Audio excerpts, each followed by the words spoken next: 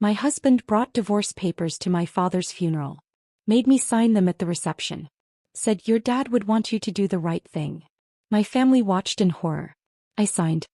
He left with his girlfriend.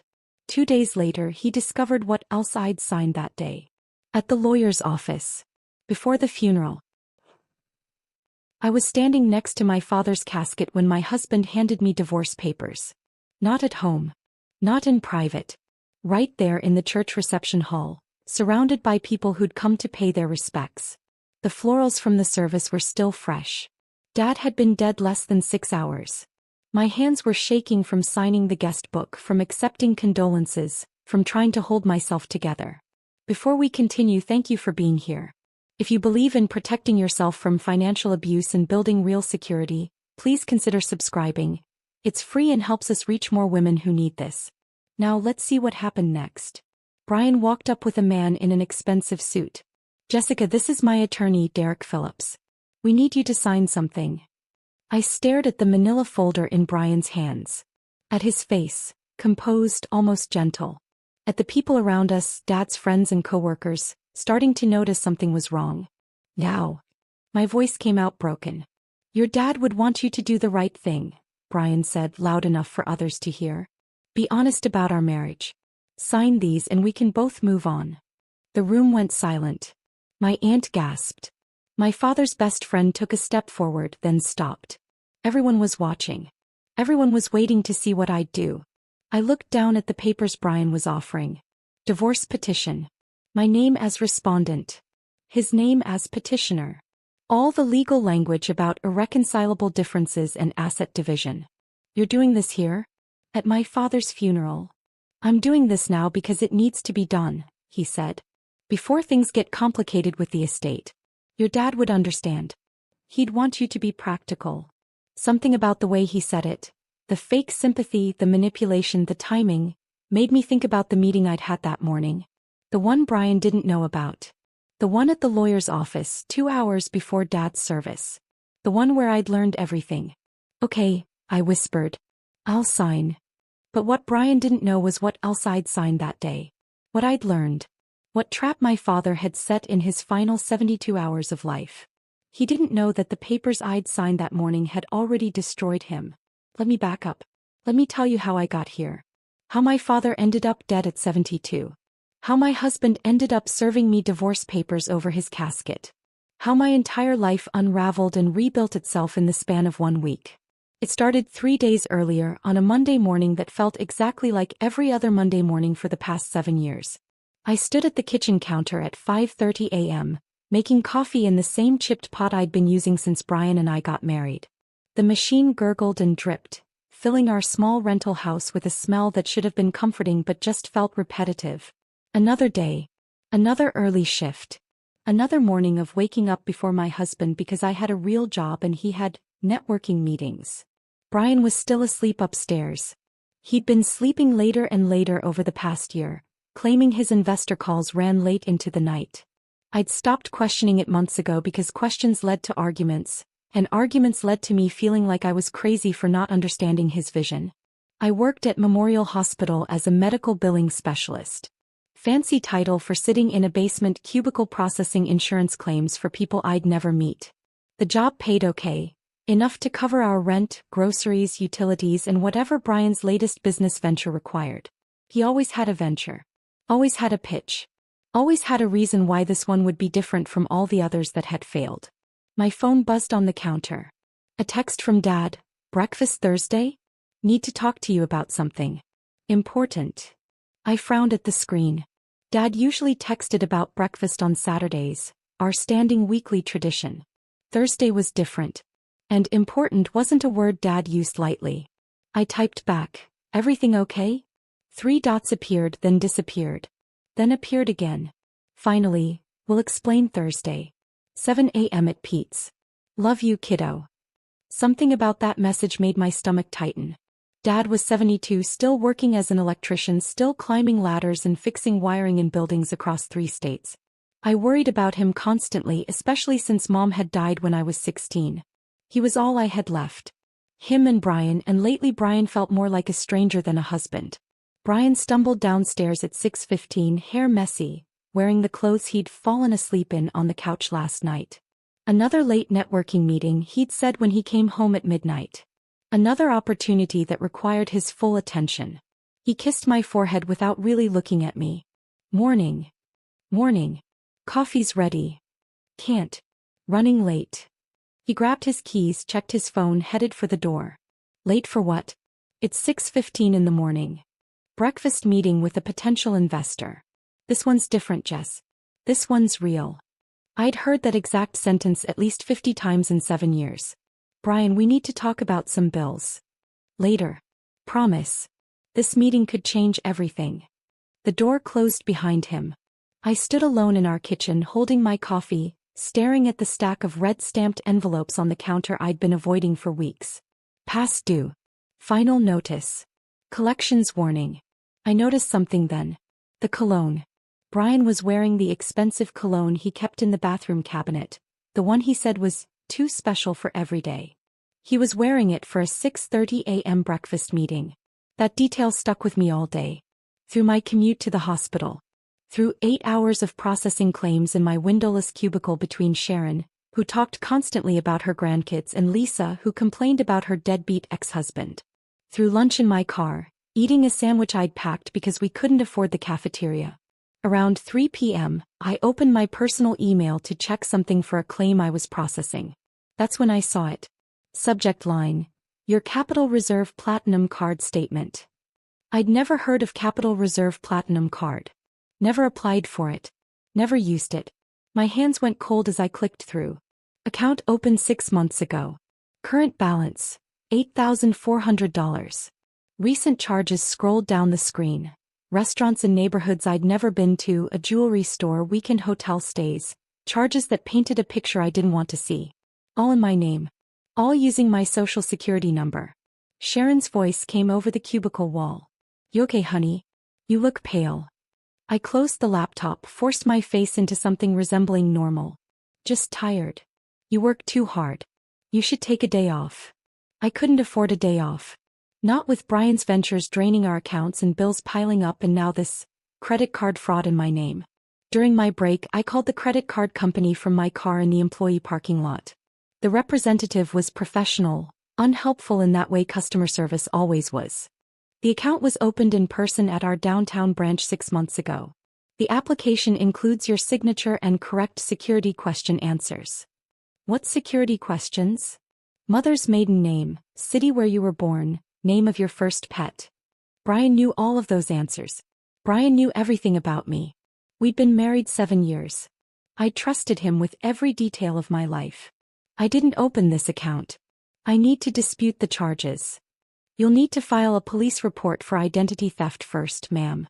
Then we can begin an investigation. I sat in my Honda Civic staring at the hospital building, at people walking in and out living their normal lives, and felt something crack inside my chest. Not a clean break. A fracture that had been forming for months, maybe years, finally splitting open. My phone rang. That, "Hey kiddo, about Thursday. Can we move it up? Tomorrow morning instead? Same time, same place." His voice sounded strange. Tight. Urgent. "Dad, what's going on? You're scaring me." "Nothing to be scared about. Just need to talk to you about some paperwork. Estate stuff. Boring but important." "Are you sick?" "No." "Well, no more than usual. Just getting old and trying to be responsible." Thursday at 7 a.m. Pete's Breakfast Corner. Don't tell Brian. That last part stopped me. Why not? Just don't. Please. Trust me on this. He hung up before I could ask more questions. I drove home in a fog, my brain trying to connect dots I didn't want to see. The credit card fraud. Brian's late nights. The cologne this morning. Dad's urgent breakfast request and his warning not to tell Brian. When I walked into our rental house that evening, Brian was on the couch with his laptop, phone pressed to his ear. He hung up immediately when he saw me. "Just an investor," he said quickly. "Getting close on the tech startup thing." I set down my purse, looked at our living room. Second-hand furniture we'd bought when we first got married. Walls we couldn't paint because we were renting. Nothing permanent. Nothing that felt like home. I'd wanted to buy a house years ago, used Dad's advice about building equity, But Brian always had reasons to wait. Brian, I need to ask you something. Can it wait? I've got another call in 5 minutes. No. It can't wait. My voice came out harder than I'd intended. Do you know anything about a Capital Reserve credit card in my name? His face changed. Just for a second. A flash of something, guilt, calculation, fear, before he rearranged it into confusion. What? Well, why would I? Because someone opened an account with my information. My social security number, my mother's maiden name, everything. And there's $8,400 in charges I didn't make. He stood up, ran his hand through his hair. That's identity theft. We need to file a police report. The card was opened in person. With security questions only you or I would know the answers to. Jess, are you accusing me of something? I'm asking you a direct question. He moved closer, put his hands on my shoulders. The touch felt manipulative rather than comforting. You've been so stressed lately. Working those long hours, worrying about money. Is it possible you opened it and forgot? Maybe during one of those nights you couldn't sleep. The word appeared in my mind with perfect clarity. Gaslighting. I stepped back away from his hands. I didn't open it, Brian. Hey. Okay. He held up his hands like I was being unreasonable. I believe you. We'll figure it out. But right now I really do have this call I can't miss. It's with the Silicon Valley guy, the one who could actually fund the whole thing. Can we talk about this tonight? He grabbed his keys, his phone, his laptop. I'll be at the coffee shop. Better Wi-Fi for video calls. The door closed behind him. I stood alone in our rented house, surrounded by temporary furniture and unpaid bills and the growing certainty that my husband was lying to me about everything. I didn't sleep that night. Just lay in bed staring at the ceiling, listening to Brian come home at 11:30 p.m., listening to him undress in the dark, listening to him fall asleep while I counted all the small lies that had led to this moment. Thursday morning, I met Dad at Pete's Breakfast Corner at 7 a.m. The diner was a place we'd been going since I was a kid. Red vinyl booths, coffee in white ceramic mugs, waitresses who'd worked there for decades and knew everyone's orders by heart. Dad was already there, sitting in our usual booth by the window. He looked different. Smaller somehow. Older than he'd looked the week before. You look tired, Dad. He smiled, but it didn't reach his eyes. Could say the same about you, kiddo. We ordered. Him the lumberjack special. Me the eggs and toast I never finished. The waitress left and Dad pulled an envelope from his jacket pocket. I need you to go somewhere this morning. Before work. He slid the envelope across the table. Inside was a business card. Eleanor Hartwell, estate attorney. Dad, what's going on? His jaw tightened. The same expression he'd had when Mom was sick, when he was trying to be strong for me. I'm updating some paperwork. The will, the properties, all that stuff. Eleanor's been my attorney for years. She needs you to sign some things. What properties? He waved his hand dismissively. Some rental houses I picked up over the years. Union benefits, retirement stuff. Nothing exciting. But it's important you're there. 9 a.m. Her office is downtown, 10 minutes from the hospital. Can't this wait until the weekend? No. The word came out sharp. Then he softened. Please, Jess. I need you there this morning. It's important. Something in his voice made me agree. We finished breakfast mostly in silence. He paid like always and walked me to my car in the parking lot. He hugged me longer than usual. Tighter. Whatever happens, kiddo, remember, I've always got your back. Always have, always will. Dad, you're really scaring me now. Don't be scared. Just be smart. And remember, I love you. He got in his truck and drove away. I sat in my car staring at the business card, wondering why my father's hug had felt like goodbye. Eleanor Hartwell's office was in a brick building downtown, the kind with brass nameplates and wood-paneled elevators. The receptionist led me to a conference room with dark furniture and walls lined with law books. Eleanor was maybe 55, sharp eyes, graying hair pulled back in a bun. She closed the door and sat across from me. Your father called me Monday evening, she said without preamble. He said it was urgent. Life or death urgent. Those were his exact words. My stomach dropped. Is Dad sick? Not in the way you're thinking. She opened a file folder thick with documents. Jessica, what I'm about to tell you is going to be overwhelming. But I need you to listen carefully because we don't have much time. She spread papers across the table. Property deeds. Bank statements. Trust documents. Your father owns 12 rental properties across 3 cities. He's been acquiring them for 40 years, starting when your mother was still alive. Current appraised value, approximately $4.2 million. Monthly rental income after expenses, around $18,000. Total estate value including life insurance and other assets, just over $5 million. The room tilted. That's impossible. Dad's an electrician. Your father is an electrician who invested every extra dollar he ever made into real estate. He kept it quiet. Lived modestly. Let everyone think he was just scraping by. He did it to protect what he'd built. She pulled out another document, this one newer, the paper still crisp. Monday afternoon your father came to this office extremely agitated. He showed me a text message on his phone. A photo of your husband with another woman. The message came from an unknown number.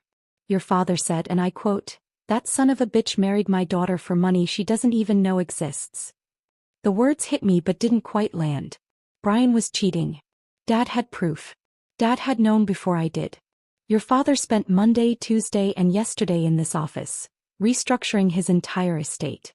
He created an irrevocable trust with you as sole beneficiary.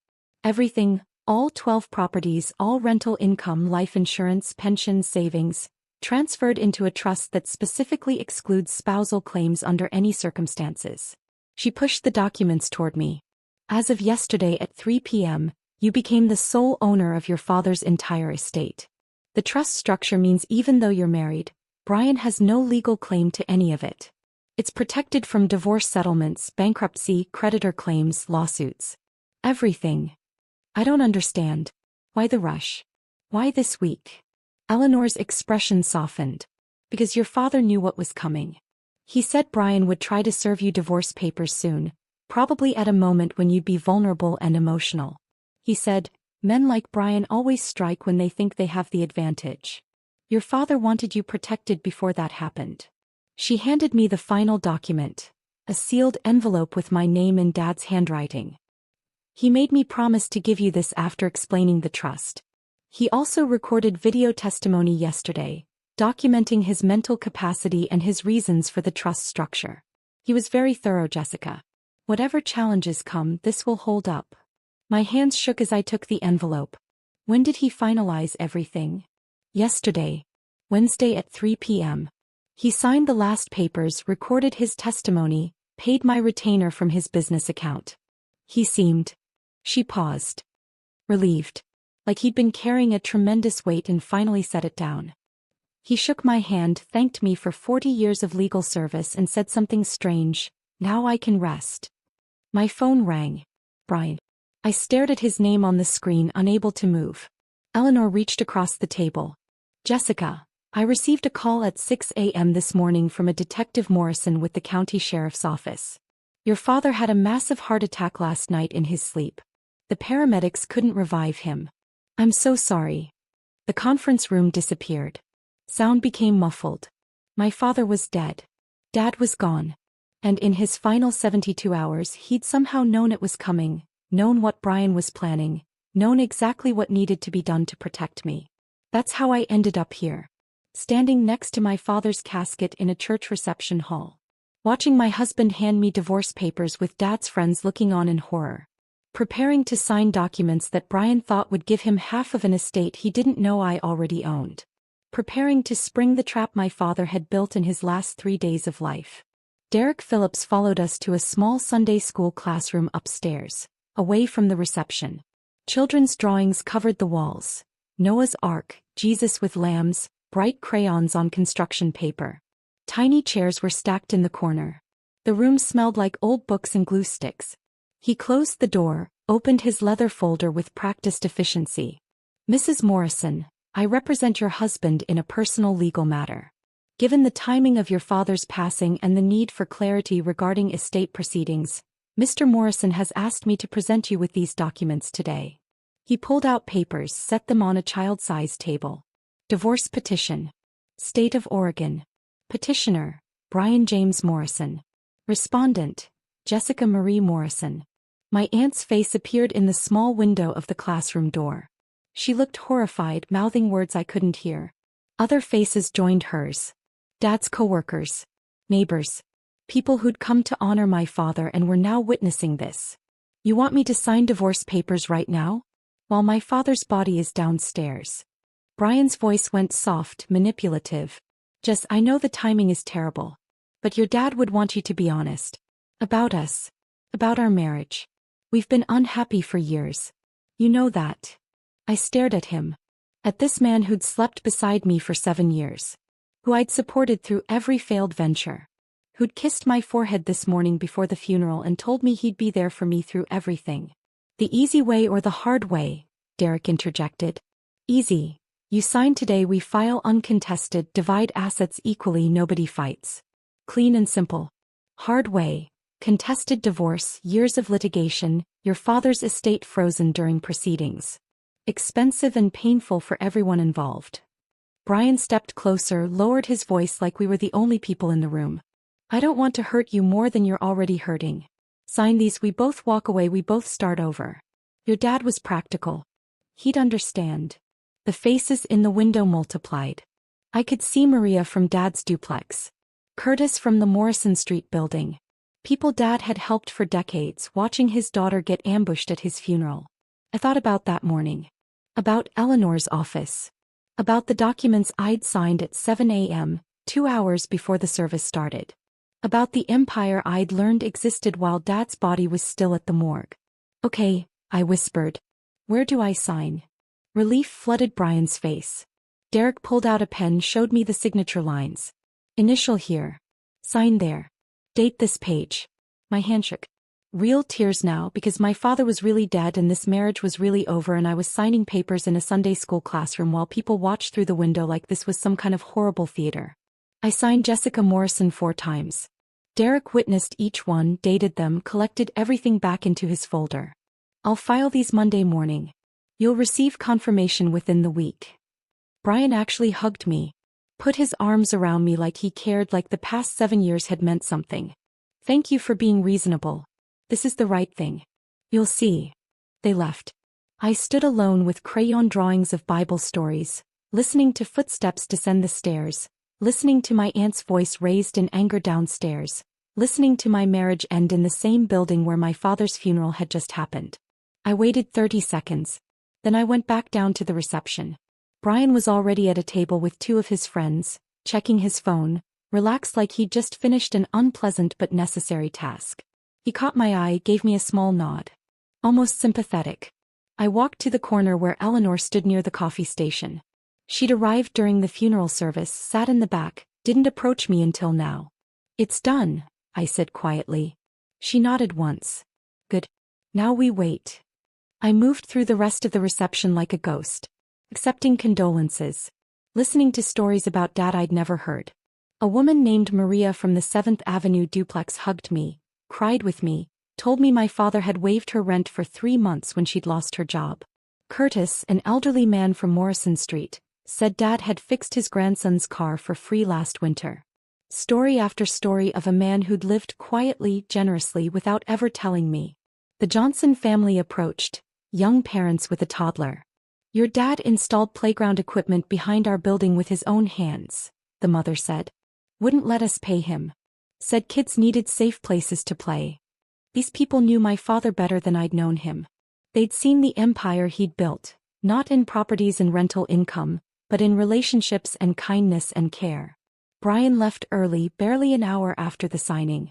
Kissed my forehead again, said something about needing to handle some things, promised he'd check on me later. He didn't check on me later. He didn't come home that night. I stayed until the last person left. Helped Pastor Williams and the church ladies clean up. Stacked chairs. Threw away paper plates. Put leftover casseroles in containers. Physical work that didn't require thinking. Your father was a good man, Pastor Williams said as we wiped down tables. Best kind. The kind who did right without needing credit for it. I drove to a Holiday Inn Express instead of going home. Paid cash. Used my mother's maiden name to check in. Eleanor had suggested it that morning during our first meeting before the funeral.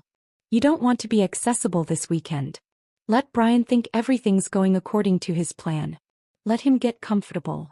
I lay on the hotel bed, still in my funeral dress, and finally opened my phone to the dozens of missed calls and messages. 7 from Brian, increasingly annoyed. Where are you? Jess, I need to talk about the property list for probate. Why aren't you answering? We need to stay ahead of this. Then a text from a number I didn't recognize. This is Vanessa. Brian's with me. We need to discuss asset division. Please call tomorrow. Vanessa.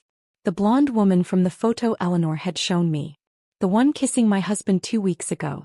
My phone rang. Eleanor. How are you holding up? I signed the papers.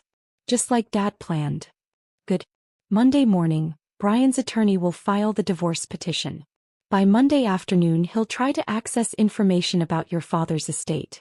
That's when he'll discover the trust structure. By Tuesday he'll realize he has no claim to anything.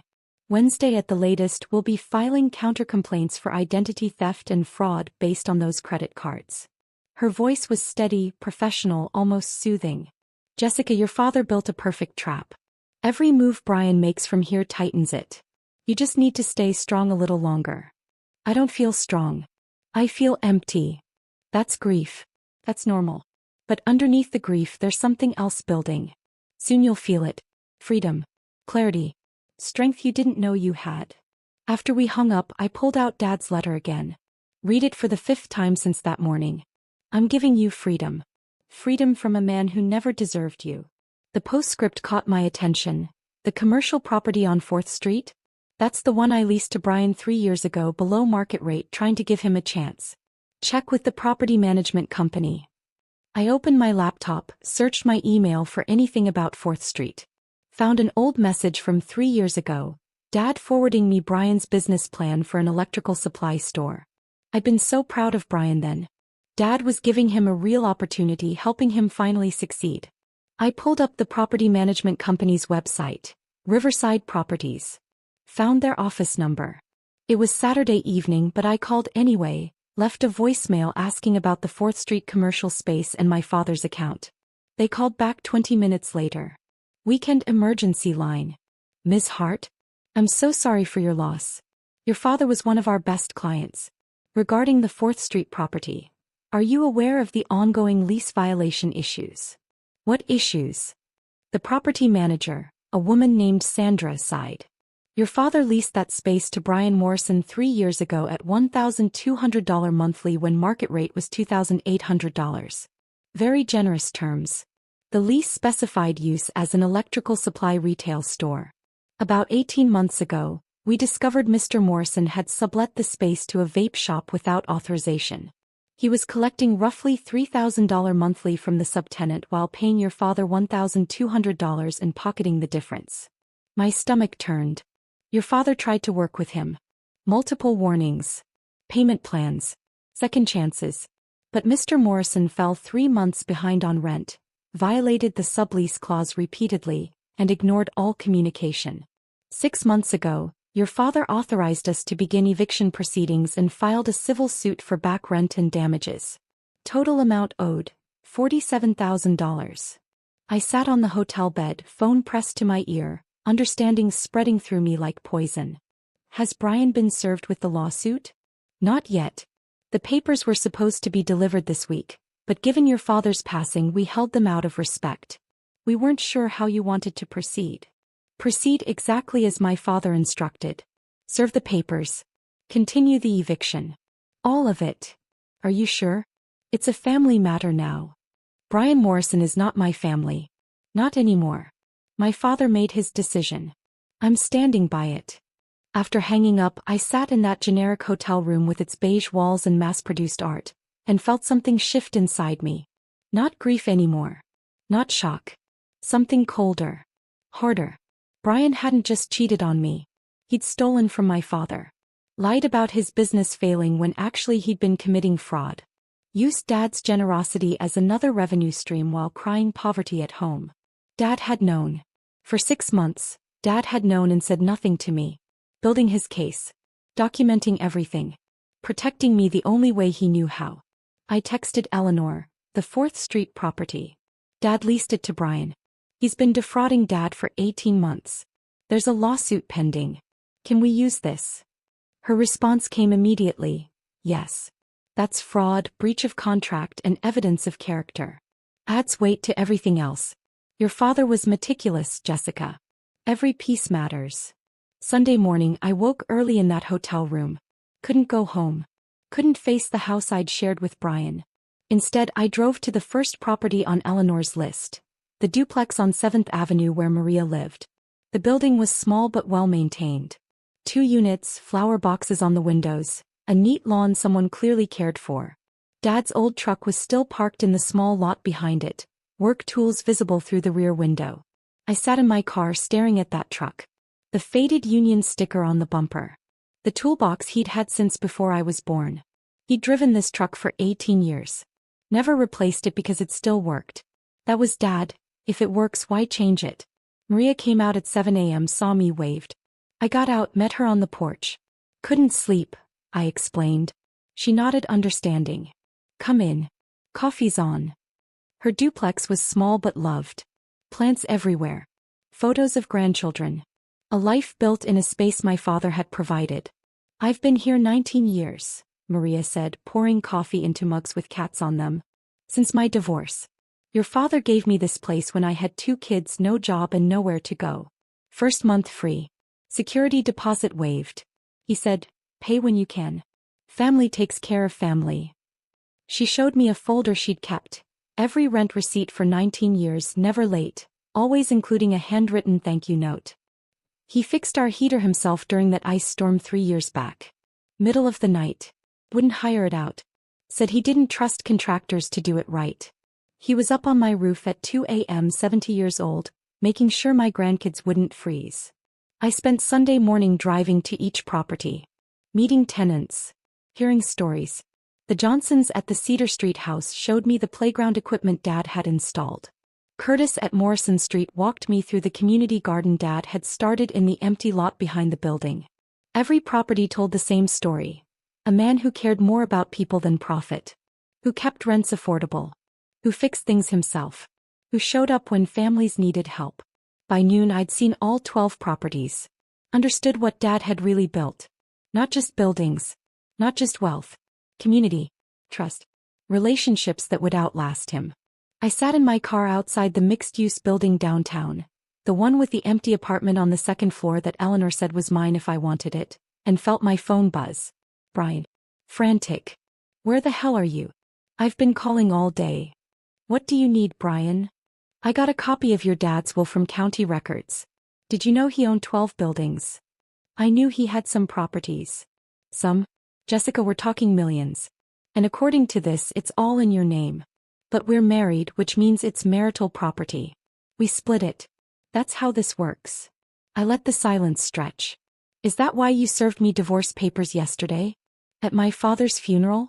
So you could claim half of what he built. That's not, Jess, you're upset. Come home. Let's talk about this calmly. I'm not coming home. Consider those papers I signed my agreement. We're done. You can't just, we need to settle the assets.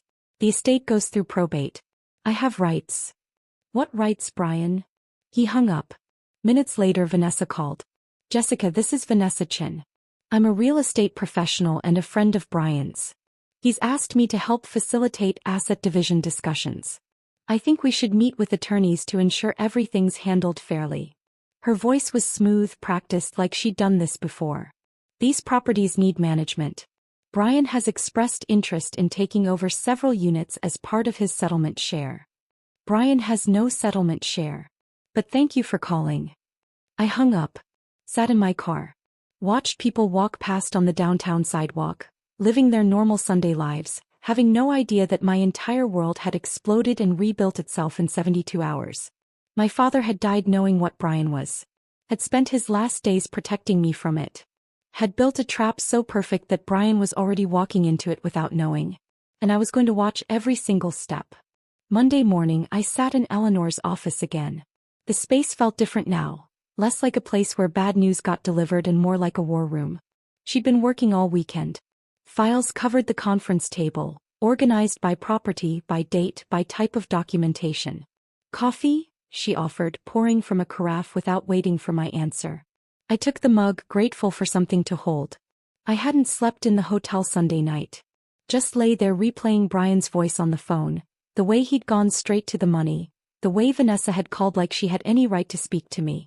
We're starting with the commercial property on 4th Street, Eleanor said, pulling out the thickest folder. The one your father leased to Brian. I'd almost forgotten about Dad's postscript. Almost. Eleanor opened her laptop, angled it so I could see the screen. Email exchanges between Dad and Riverside Properties, the management company. The messages started 3 years ago, friendly and optimistic. Jason Hart leasing 2,400 square feet to son-in-law Brian Morrison for electrical supply store. Below market rate approved. $1,200 per month when market rate is $2,800. Lease term, 3 years with option to renew. Dad had believed in Brian once. Had given him a real opportunity, not just talked about it. Had cut the rent by more than half to give him a fighting chance. I scrolled through more emails. The tone shifted around 18 months ago. Jason, need to discuss 4th Street property. Tenant has sublet space to retail vape shop without authorization per lease agreement. Lease specifies electrical supply store only. Please advise. Dad's response, I'll talk to Brian. He probably needed extra income to get through the startup phase. I'll have him correct it. More emails. More promises from Brian that Eleanor showed me in forwarded messages. Getting the vape shop out this month, I swear. Just need another few weeks to transition. The electrical supply business is picking up. Won't need the sublease much longer. Wise. All wise. 6 months ago, the property manager's tone changed completely. Jason, we need to discuss lease termination. Tenant is 3 months behind on rent. Sublease continues despite multiple violations. Neighboring businesses complaining about increased foot traffic and loitering. The vape shop is causing problems we can't ignore. Your call on how to proceed, but this situation isn't sustainable. Dad's response was dated 3 days before he changed his will. Proceed with eviction. File necessary paperwork. I made a mistake trusting this man. Document everything for legal purposes. Eleanor closed the laptop. Your father discovered Brian was collecting roughly $3,000 monthly from the vape shop subtenant. He paid your father $1,200, pocketed the $1,800 difference, and told both of you the business was struggling. My hands tightened around the coffee mug. For how long? 18 months. Total amount Brian owes your father in back rent, unpaid utilities, property damages, and lease violations. $47,000. Your father filed a civil suit 2 weeks ago. Brian hasn't been served yet. The papers were scheduled for delivery this week, but the process server held them after your father died, waiting for instruction from the estate. I set down the mug before I crushed it. Brian cried to me about that business for 3 years. Said Dad wasn't helping enough, wasn't giving him good advice, didn't understand modern retail. And the whole time he was stealing from him. Not just stealing. Lying to you about it. Using your sympathy to deflect questions. Your father knew you'd defend Brian if confronted. That's why he built the case quietly. Eleanor pulled out another document. There's more. I've been trying to trace that text message your father received. The photo of Brian and the woman. This morning I found the source. She showed me a website on her phone. Marcus Chin, private investigator. Licensed in Oregon, Washington, and California. Specializing in matrimonial investigations, surveillance, and background checks. The number belongs to him. I called. He wants to meet with you. Today if you're ready. A private investigator sent my father that photo? Yes. And I think you need to hear why. 2 hours later, I sat in a cramped office above a Chinese restaurant in a part of downtown I'd never been to. The building smelled like ginger and soy sauce. The stairway was narrow, walls covered in peeling paint. Marcus Chen's office was on the 3rd floor, a single room with a desk, filing cabinets, and windows that looked out onto a parking lot. Marcus was maybe 40, Asian with tired eyes and the kind of face that had seen too much of people's worst moments. Evidence folders were stacked on every available surface. Filing cabinets, shelves, the floor. He gestured to the only other chair in the room. Sit. Want tea? No. I want to know why you sent my father that photo. He nodded, appreciating the directness. Your father didn't hire me. I contacted him. Let me show you why. He pulled a file from his desk, thick enough to be a phone book. The tab read, Vanessa Chin. That's my ex-wife. Was my wife. Divorce finalized 2 months ago after a year of hell. He opened the file. Surveillance photos spilled out. A blonde woman, polished and professional, meeting various men at restaurants, hotels, parking garages. Some photos were dated, time-stamped, annotated with locations. Vanessa's a real estate agent. Successful. Makes good money. She's also a serial cheater and, I discovered too late, a con artist. I started tracking her last year when I realized our marriage was falling apart and I didn't understand why. He pulled out a specific set of photos. Vanessa with Brian. Meeting at a coffee shop. At a restaurant. Outside a hotel. The progression was obvious. Strangers to acquaintances to something more. I followed her to a property showing 18 months ago. One of those open houses for a commercial space downtown. Your husband was there pretending to be a potential buyer. They talked for an hour. I watched the chemistry develop. Marcus's voice was flat, professionally detached, but I heard the pain underneath. I documented their affair for 6 months. Watched it develop from flirtation to regular meetings to hotel rooms. Standard cheating, I thought. Until I found files on her laptop. He turned his computer screen toward me. Spreadsheets. Property records. Public documents showing Dad's real estate holdings. Vanessa researches her targets. She knew exactly who Brian was married to. She pulled county property records, found your father's holdings, calculated their approximate value. She cultivated Brian deliberately. Not because she loved him. Because she wanted access to your inheritance. My throat went dry. She knew about Dad's properties before Brian did? Real estate agents have access to public records most people don't know how to search. She found every property your father owned, traced the acquisition history, estimated current values. She knew you were sitting on millions and didn't know it. She saw Brian as her way in. I thought about Vanessa's phone call Sunday. How smooth she'd sounded. How professional. How she'd positioned herself as a neutral third party trying to help. Why tell my father? Why not me?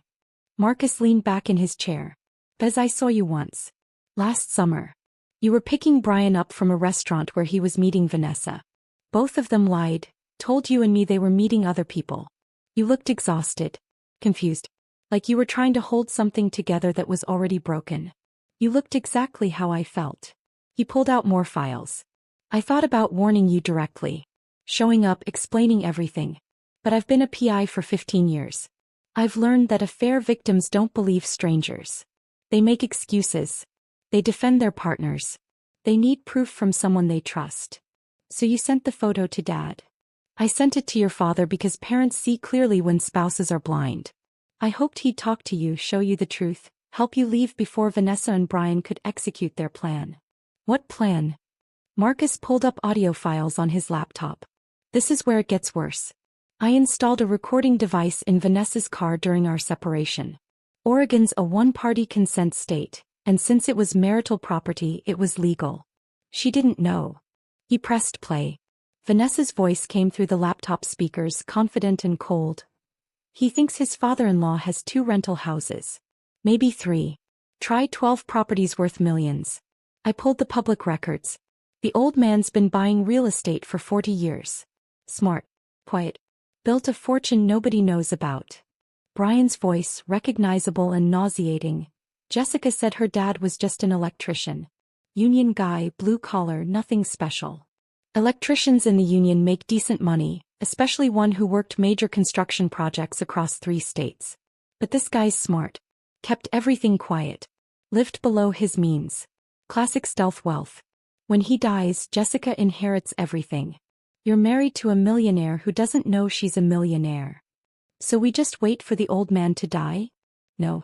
We're not waiting for some 70-year-old's timeline. Here's what we do. The plan unfolded in recorded detail. Vanessa instructing Brian to open credit cards in my name, build up debt, create a narrative of financial irresponsibility. Brian expressing concern about the risk. Vanessa pushing harder. Financial abuse is hard to prove. By the time she figures out the credit cards exist, you'll have already filed for divorce claiming she's the problem. Irresponsible with money. Won't listen to reason. Judges eat that up. You'll get half of everything including the inheritance. Another recording, dated 3 weeks ago. My lawyer says inheritances received during marriage are marital property in Oregon. If we're still married when he dies, you get half automatically. Vanessa's voice again. Then we need to accelerate the timeline. Make the old man die sooner. My blood went cold. Brian's nervous laugh. We're not killing anyone. That's insane. Not murder, genius. Stress. I researched him. Jason Hart has a heart condition. It's in his union medical records, which are semi-public if you know where to look. Men in their 70s with heart conditions don't last long under stress. Make his life harder. Create problems. Family drama. Financial pressure on his daughter. Stress kills old men every day. It's not murder. It's just helping nature along. Marcus stopped the playback. I sat frozen, unable to process what I'd heard. There's more, he said quietly. Conversations about forging your signature on property deeds after your father died. Plans to transfer assets before you understood what you owned. Even discussions about framing you for tax fraud if you resisted the divorce settlement. Vanessa's done this before. She targeted a widower 2 years ago, almost succeeded in taking his dead wife's life insurance before his adult children intervened. I found my voice barely. Why are you helping me? Because I failed to protect myself. I lost $80,000 to Vanessa before I figured out what she was. But I can protect you. And because 3 days before your father died, Jason came to this office. We spent 2 hours going through everything. He was angry but calm. Focused. He said, make sure my daughter knows the truth. All of it. Don't let her make excuses for him. Marcus pulled out another folder, this one with Dad's handwriting on notes paper-clipped inside. Your father predicted everything. He said Brian would use your grief as a weapon. Would serve you divorce papers at the funeral to maximize your emotional vulnerability. Would count on you being too shocked, too polite, too devastated to fight back in public. He showed me documents. Divorce papers pre-filed in my name, dated 3 days before Dad died. Papers that were never submitted. Your father had these prepared as a backup. He was ready to file on your behalf if necessary. But he suspected Brian would move first. He wanted you protected either way. The plan Dad had built was intricate, almost cinematic. He'd anticipated Brian's funeral ambush. Had coached Eleanor on timing, on what to reveal when, on how to let Brian's arrogance lead him into the trap. The trust documents transferred everything to your name Wednesday at 3 p.m., Marcus continued. Legally, as of that moment, you became the sole owner of $5 million in assets. The trust structure means even though you're married, Brian has zero claim. It's protected from divorce, bankruptcy, lawsuits, creditors, everything. He pulled out surveillance photos from the past week. Brian meeting with his attorney Derek Phillips. Brian with Vanessa at a coffee shop reviewing documents. Brian at a print shop, making copies of what were obviously legal papers. He served you at the funeral exactly as your father predicted. Vanessa coached him. She called it poetic justice in one of the recordings. They thought you'd sign anything while grieving. Thought your family would be too horrified to intervene in a public setting. Marcus met my eyes. Your father set a perfect trap. Brian walked right into it. The question now is what happens next. What does happen next? Monday, today, Brian's attorney files the divorce petition. By this afternoon he'll try to access information about your father's estate for asset division. That's when he discovers the trust. By tomorrow he'll realize he has no claim to anything. By Wednesday we'll be filing criminal complaints for identity theft and fraud. And by the end of the week Brian and Vanessa will both be facing charges. I looked at the folders, the recordings, the evidence of 18 months of conspiracy against me. My father did all this in 3 days? No. Your father had been documenting Brian's failures for years. Little things. Financial red flags. Behavioral patterns. The commercial property fraud. He just didn't put the pieces together until I sent that photo Monday. Then everything clicked into place. He spent 72 hours building the legal framework to protect you from what he knew was coming.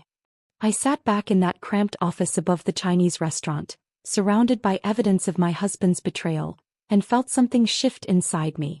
Dad had known he was dying. I was sure of it now. The urgency, the thoroughness, the way he'd said goodbye at breakfast Thursday morning without saying the words. He'd tied up every loose end in 72 hours because he'd known he didn't have more time. And he'd spent those final hours protecting me. I left Marcus's office Friday afternoon with a flash drive containing every recording, every surveillance photo, every piece of evidence he'd compiled over 18 months. The weight of it in my pocket felt heavier than it should have. "Tomorrow's going to be hard," Marcus said at the door. "Harder than you think. You'll see Brian playing the grieving son-in-law. You'll watch him perform sympathy he doesn't feel. Just remember, your father knew this was coming. He prepared you for it." Saturday morning arrived too fast. I woke at 5 a.m. in the hotel room, put on the black dress I'd bought Thursday afternoon in a fog, and drove to St. Mark's Church an hour before the service started. The building smelled like lilies and furniture polish, exactly like it had 16 years ago when we'd buried Mom in this same sanctuary. I'd requested the same church deliberately. Dad would have wanted it. Some kind of full circle. I stood alone in front of Dad's closed casket, the reality of it finally hitting me. He was in there. My father. The man who'd raised me alone after Mom died. Who'd worked overtime for years to pay for my college. Who'd built an empire in silence to protect me from men like Brian. Gone. The funeral director, Mr. Patterson, had asked Thursday if I wanted a viewing. "Some families find it brings closure," he'd said gently. I'd said no immediately. I wanted to remember Dad in his work clothes with electrical tape on his belt. Smiling over breakfast at Pete's. Alive and solid and real. Not whatever was in that casket. People started arriving around 8:30. Electricians from Local 48, Dad's union, wearing their pins-on dark suits. Men with weathered hands and respectful faces who'd worked alongside him for decades. They approached me one by one, shaking my hand, sharing brief stories. "Your dad saved my life on a job in '98, one man said. "Saw a wiring problem nobody else caught. I'd be dead if he hadn't." Neighbors from Dad's street came next. The woman who lived 2 doors down, the family across the street, the teenager who mowed Dad's lawn every summer. Then people I didn't recognize at all. A small woman approached me, maybe 60, with kind eyes and rough hands. "You're Jessica. Your father talked about you constantly. Showed me pictures. I'm Maria. I rent the duplex on 7th Avenue. Been there 19 years come October." He hugged me like family. "Your daddy saved my life when I had nothing. I was divorced, 2 kids, no job. He gave me that apartment, first month free, said, 'Pay when you can.' He was family to me. More than family." An elderly black man introduced himself next. "Curtis, from the Morrison Street building." His voice was deep and warm. "Your father fixed my granddaughter's car last winter. Wouldn't take a dime. Said he couldn't stand seeing her take the bus in the cold." That's who Jason was. The Johnsons came over. A young couple, maybe 30 years old, with a toddler. "We rent the house on Cedar Street," the husband said. "Your dad installed a whole playground set in the backyard for Emma here. Did it himself over a weekend. Wouldn't hear of us paying. Said kids need safe places to play." Story after story. Tenant after tenant. People whose lives Dad had touched in ways he'd never mentioned to me. "Your father wasn't just a landlord," Maria said, squeezing my hand again. "He was community. He was family. He made us feel like we mattered." The church filled steadily. By 9:45, there were maybe 200 people in the pews. I'd expected 50, maybe 75. Instead, the sanctuary was packed with lives my father had impacted. Brian arrived at 9:50, 10 minutes before the service started. He wore a suit I'd never seen before.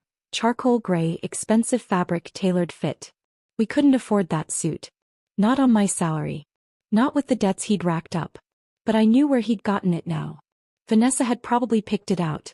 Probably paid for it with money she'd conned from someone else.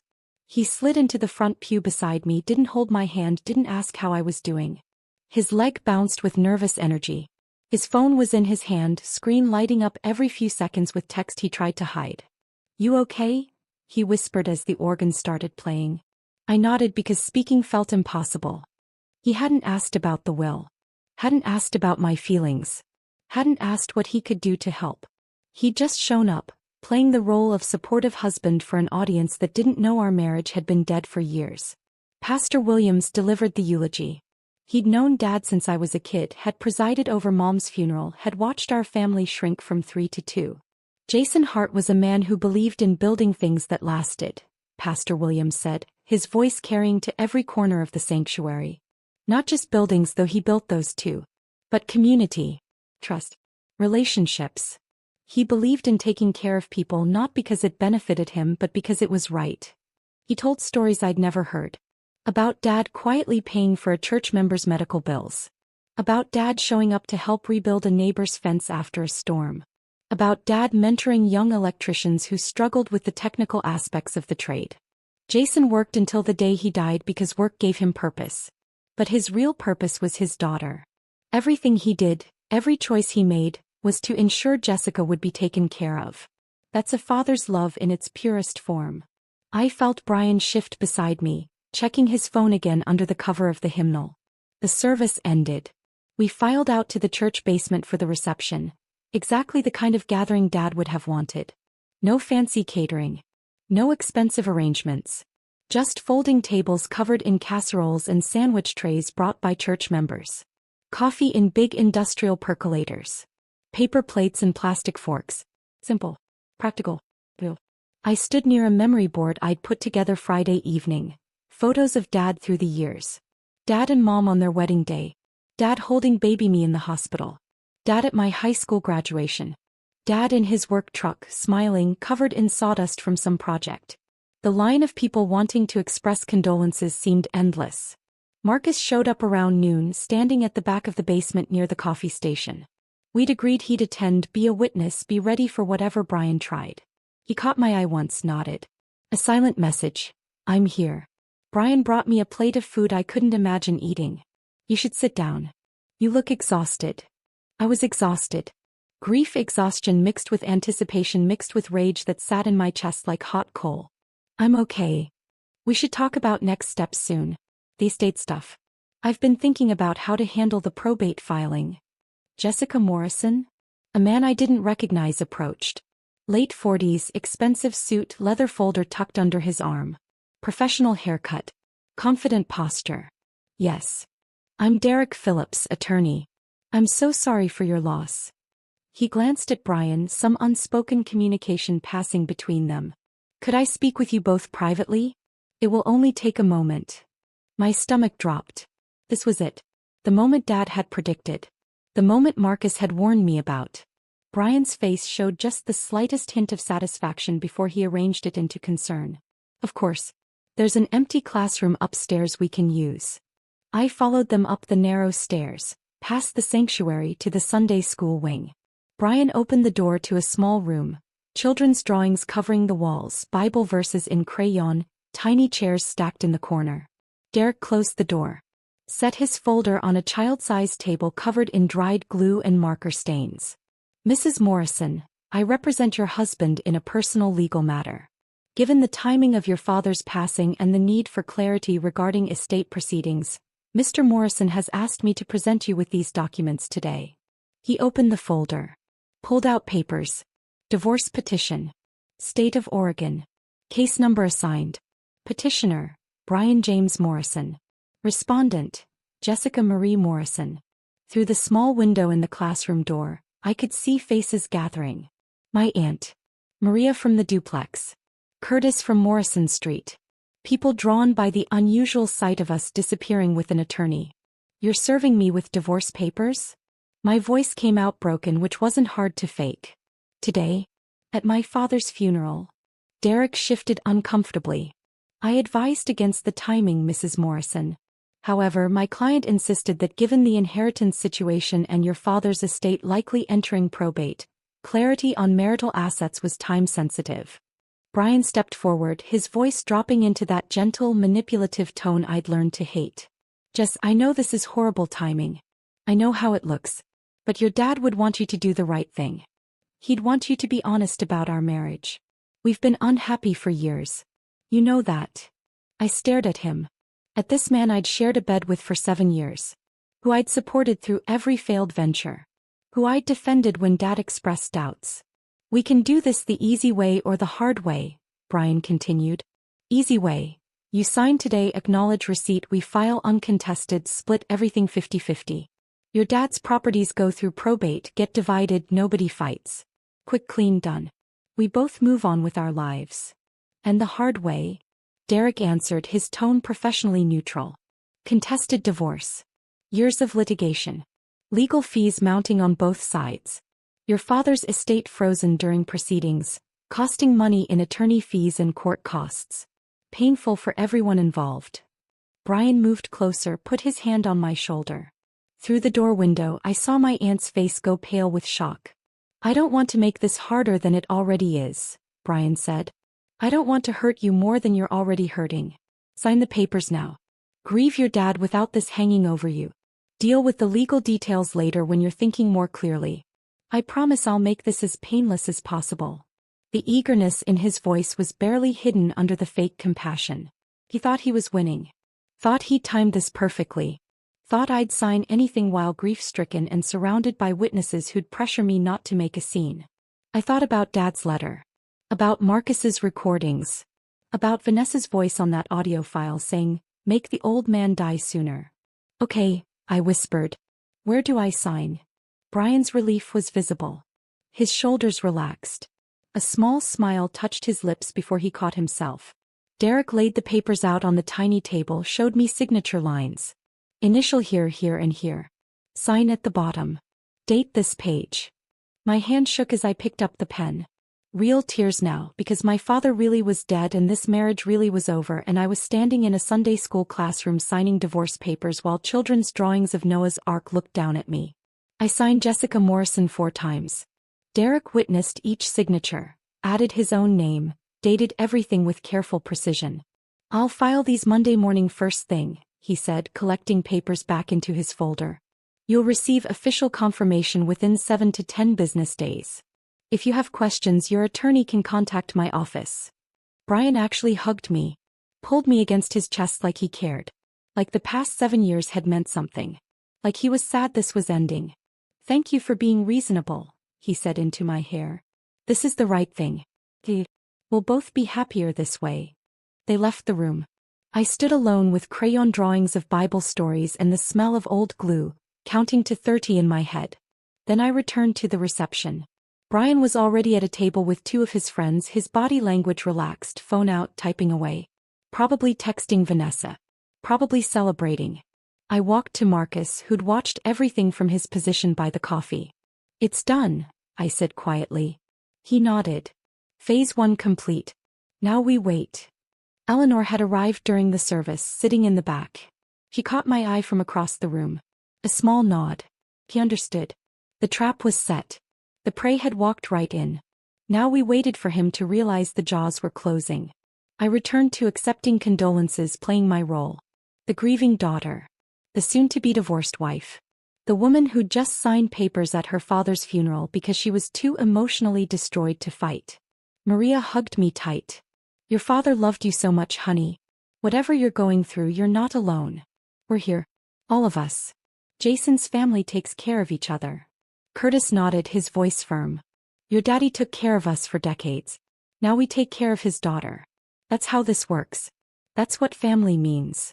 I cried again, real tears, because these strangers, these tenants I'd just met, were offering more genuine support than my husband had in years. Brian left the reception at 2 p.m., barely 90 minutes after serving me divorce papers.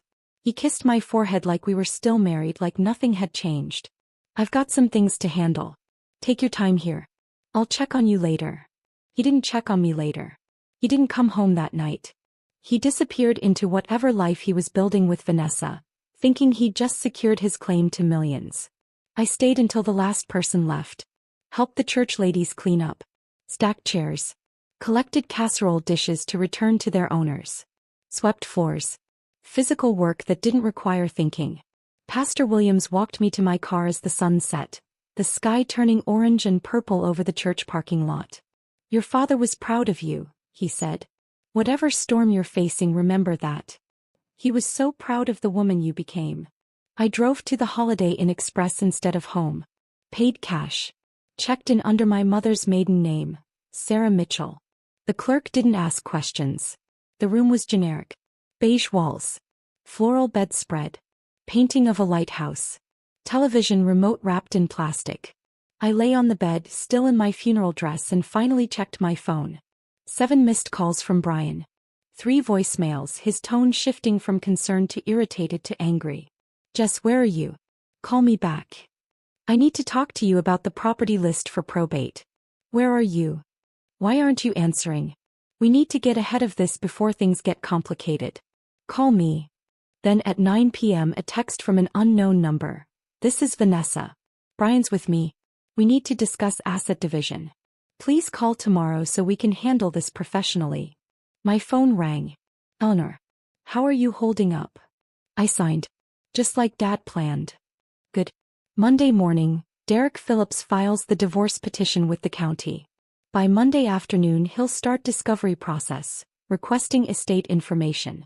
That's when he contacts me as the estate attorney.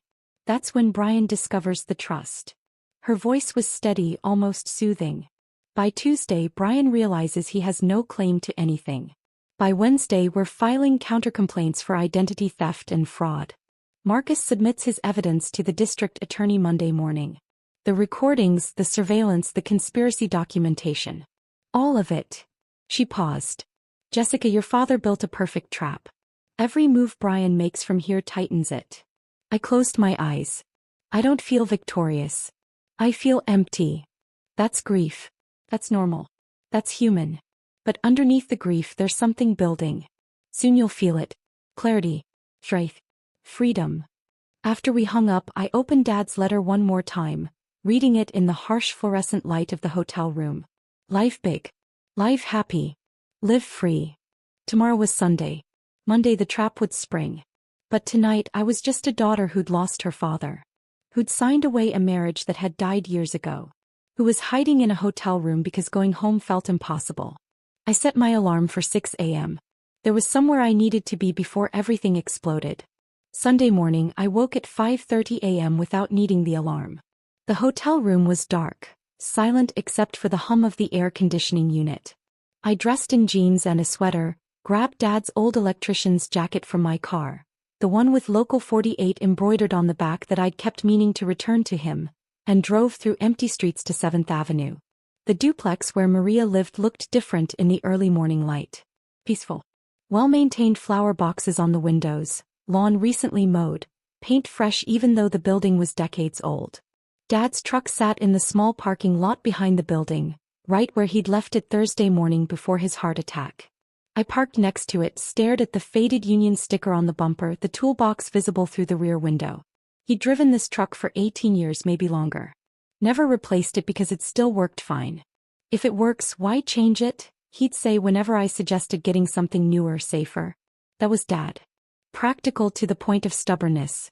Maria came out at 7 a.m., probably heading to work.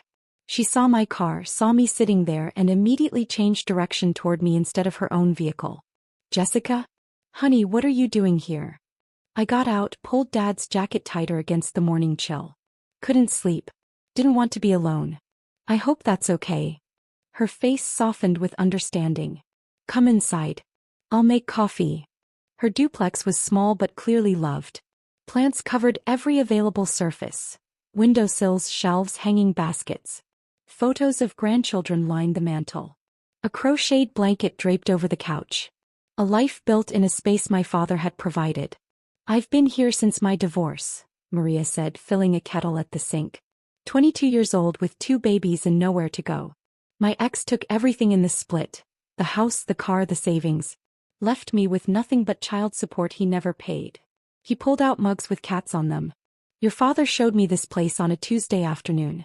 I told him I couldn't afford first month, last month, and deposit. He said, how about you just pay when you can? Family takes care of family. I cried right there during the showing. Maria opened a drawer, pulled out a folder. Inside were 19 years of rent receipts, organized by year, each one including a handwritten thank you note. Never missed a payment once I got on my feet, she said. Your daddy wouldn't raise the rent even when the neighborhood got expensive. Said he didn't buy properties to get rich, he bought them to help people build lives. He fixed our heater himself during that ice storm 3 years back. Middle of the night, 70 years old, up on the roof making sure my grandbabies wouldn't freeze. I sipped the coffee, barely tasting it. He never told me any of this. Your daddy wasn't the bragging type. I spent Sunday morning driving to each property on Eleanor's list.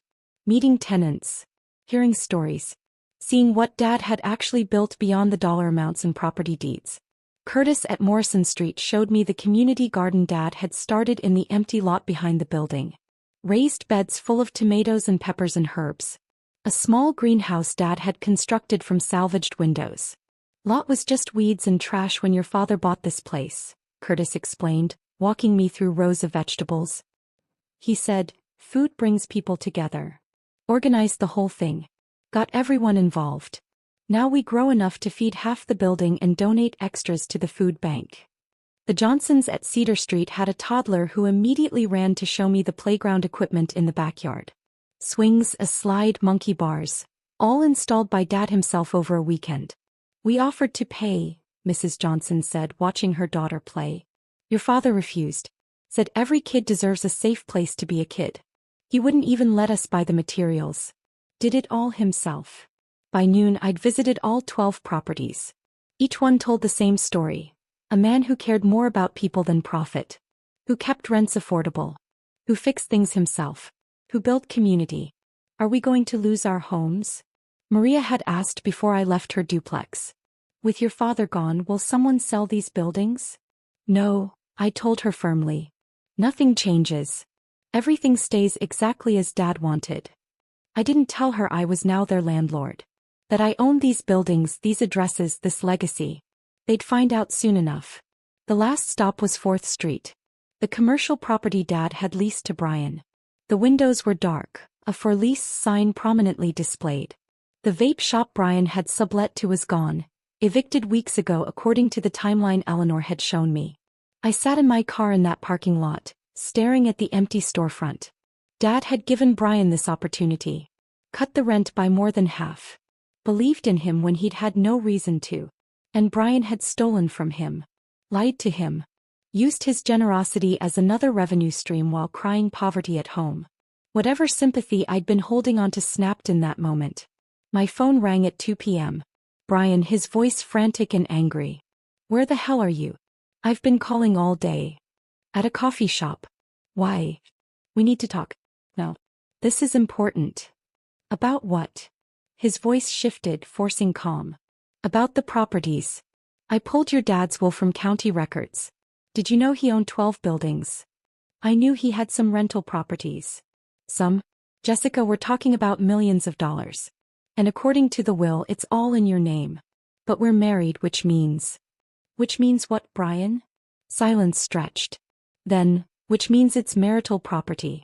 We split it 50-50. That's how community property laws work in Oregon. I let the pause lengthen, listening to his breathing on the other end of the line. Is that why you served me divorce papers yesterday? At my father's funeral? So you could claim half of what he built. That's not, Jess, you're upset. You're not thinking clearly. Let's talk about this calmly. Come home so we can discuss this like adults. I'm not coming home. What do you mean you're not coming home? I mean I'm not living with you anymore. The divorce papers you made me sign? Consider them my agreement. We're done, Brian. Completely done. His voice rose, panic creeping in. You can't just... We need to settle the asset division.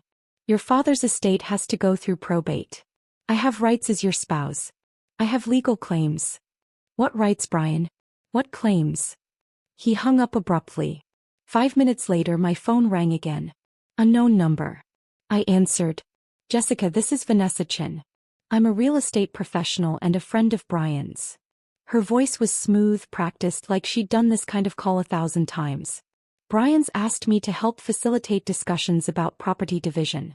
I think we should meet, perhaps with attorneys present, to ensure everything is handled fairly and professionally. I almost laughed. Is that right? I understand you're grieving. This is a difficult time. But financial matters can't wait indefinitely. These properties need proper management. Brian has expressed interest in taking over several units as part of his settlement share. Given his background, Brian has no settlement share. He has no claim to my father's estate. But thank you for the offer. I'm sorry, I don't think you understand the legal. I hung up. 30 seconds later Marcus called. They're rattled. Vanessa just called her attorney. I'm still monitoring her phone per the divorce discovery. She's trying to figure out how to claim the properties before you secure them. She used those exact words. She doesn't know about the trust yet. When will they find out? Brian's attorney will file the divorce petition tomorrow morning first thing. Standard procedure includes checking for marital assets, which means contacting the estate attorney of record. Eleanor's name is on every single property deed as the attorney who handled the transactions. Derek Phillips will call her by noon tomorrow. Maybe sooner. And then the trap snaps shut. Monday morning arrived cold and gray. I checked out of the hotel at 8 a.m., drove to Eleanor's office and found it already full of people. Eleanor sat at the head of the conference table. Marcus stood near the window. And a woman I didn't recognize occupied the chair beside Eleanor. 35, sharp eyes, expensive but practical suit. Jessica, this is Amanda Pierce, Eleanor said. She's a prosecutor with the district attorney's white-collar crime division. Marcus submitted his evidence early this morning. She has questions. Amanda shook my hand, her grip firm. Ms. Morrison, I've reviewed the surveillance recordings and financial documents Mr. Chen provided. The evidence suggests your husband and Vanessa Chen conspired to defraud you through identity theft, credit fraud and potential exploitation of inheritance. I need to take your formal statement. I spent 2 hours recounting everything. The credit cards I'd never opened. Brian's lies about business ventures. The sublease fraud at 4th Street. The funeral papers. The conspiracy Marcus had recorded. Amanda took notes on a laptop, asked clarifying questions, occasionally stopped to verify details with Marcus. The identity theft alone is prosecutable, she said finally. Multiple counts given the number of fraudulent accounts. The conspiracy elements make it significantly more serious. If we can prove they discussed accelerating your father's death, even through creating stress, that crosses into territory that could carry major charges. What happens now? We open a formal criminal investigation. Subpoena financial records from the credit card companies. Interview witnesses. Build the case methodically. This takes time, but the evidence Mr. Chen provided is unusually strong. Recorded conversations of the defendants discussing the crime in detail. That's rare. Eleanor's phone rang at 11:30 a.m. She glanced at the caller ID, smiled slightly. Right on schedule. Derek Phillips, Brian's divorce attorney. She put it on speaker. Eleanor Hartwell. Ms. Hartwell, Derek Phillips here. I represent Brian Morrison in a divorce matter involving your client Jessica Morrison. I'm calling regarding asset disclosure. County records show you as attorney of record for several properties owned by Mrs. Morrison's late father, Jason Hart. We need complete documentation for marital asset division purposes. Those properties are not marital assets, Mr. Phillips. With all due respect, Ms. Hartwell, anything inherited during marriage is subject to division under Oregon community property law. Not when held in an irrevocable trust established prior to the decedent's death with specific exclusions for spousal claims, Mr. Phillips. Jason Hart created a comprehensive trust structure transferring all assets to his daughter 3 days before his death. The trust documents explicitly state that under no circumstances can a spouse claim any portion of the corpus, income, appreciation, or associated benefits. I'll email you the relevant sections within the hour. Silence on the line. Long enough that I thought he'd hung up. Then, that's highly unusual timing. It's also entirely legal and ironclad. Your client has no claim to any property, rental income, or associated assets. Furthermore, I should inform you that as of this morning, Ms. Morrison has filed countercomplaints regarding identity theft, fraud, and financial abuse during the marriage. The district attorney's office has opened a criminal investigation. You might want to discuss all of this with your client before proceeding further. The line went dead. Eleanor hung up, looked at me with something close to satisfaction. That's phase 2. Now we wait for the panic. Brian showed up at Eleanor's office at 2 p.m. unannounced, demanding to see me. Building security stopped him in the lobby. Eleanor pulled up the security camera feed on her computer and we all watched. Brian's face was red, his gestures wild. She's my wife. I have a right to speak to her. You can't keep me out. Eleanor stood. I'll handle this. Marcus and I watched on the monitor as she went downstairs, spoke to Brian in the lobby. We couldn't hear the audio, but the body language told the story. Brian pointing, shouting. Eleanor standing perfectly still, perfectly calm. Security guards flanking her, ready to intervene. She came back upstairs 5 minutes later. He accused me of backdating the trust documents. Said he'd prove fraud. I informed him the trust was executed Wednesday, witnessed by 3 people including a notary public, recorded with video testimony, and filed with the county Thursday morning before his father-in-law's death. Public record, fully documented, entirely legal. Marcus rewound the security footage, turned up the audio. We listened to Brian's voice, increasingly desperate. This is because of Vanessa. She told me this would be easy. She said. He'd stopped himself, but not soon enough. He just confirmed conspiracy on camera, Marcus said. That recording goes straight to Amanda. I sat there watching my husband, my soon-to-be ex-husband, unravel on a security monitor and felt absolutely nothing. No satisfaction. No guilt. Just a hollow emptiness where 7 years of marriage used to be. What does he do now? I asked. Eleanor pulled out her calendar, made a few notes. He'll call Vanessa, panic together, probably hire a criminal defense attorney who'll tell them they're in serious trouble. Within 48 hours they'll realize the full scope. The properties they can't touch. The evidence they didn't know existed. The legal walls closing in from multiple directions. And then... Marcus answered, his voice quiet with certainty. Then they turn on each other. It's what people like them always do. Vanessa will blame Brian, claim he misled her about the inheritance value. Brian will blame Vanessa, say she manipulated him into the fraud. They'll both try to cut deals with the prosecutor, throw the other person under the bus to save themselves. Predictable as sunrise. I thought about Dad's letter. About the trap he'd built in 72 hours. About how he'd known exactly how this would unfold. My father was a genius. Eleanor shook her head slightly. Your father was a man who loved his daughter and refused to let her be destroyed. The genius was in the preparation. The love was in the protection. Tuesday morning, Marcus called before I'd even finished my coffee. Can you come to my office? There's more you need to know about Vanessa. A lot more. I arrived an hour later to find his desk even more cluttered than before. Folders stacked everywhere, each one labeled with dates, locations, names I didn't recognize.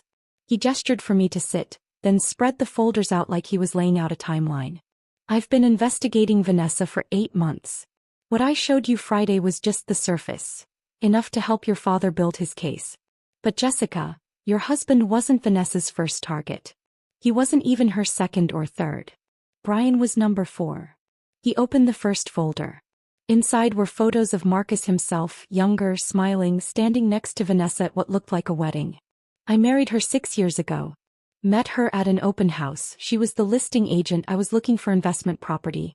She was charming, successful, attentive. Made me feel like the most important person in the room. We dated for 8 months, got married at City Hall, started what I thought was a real partnership. His voice stayed flat, professional, but I heard the pain underneath. I'm a private investigator. I investigate people for a living. But I never investigated her. That was my mistake. She drained $80,000 from our joint accounts over 18 months. Claimed they were bad investments, market downturns, things beyond her control. By the time I figured out she was lying, the money was gone. The divorce cost me another $100,000. I was her learning curve, the one she practiced on. He opened the second folder. A photo of an older man, maybe 65, kind face, thinning hair. Thomas Bradley. Widower. Vanessa met him 2 years after our divorce. His wife had died of cancer, left him $300,000 in life insurance. He was lonely, vulnerable, grieving. Vanessa dated him for 4 months, played the role of supportive girlfriend, convinced him to invest in a real estate development opportunity she was managing. Exclusive investment, limited partners, guaranteed returns. Marcus pulled out documents, investment agreements, promissory notes, all professionally printed and completely fake. The opportunity didn't exist.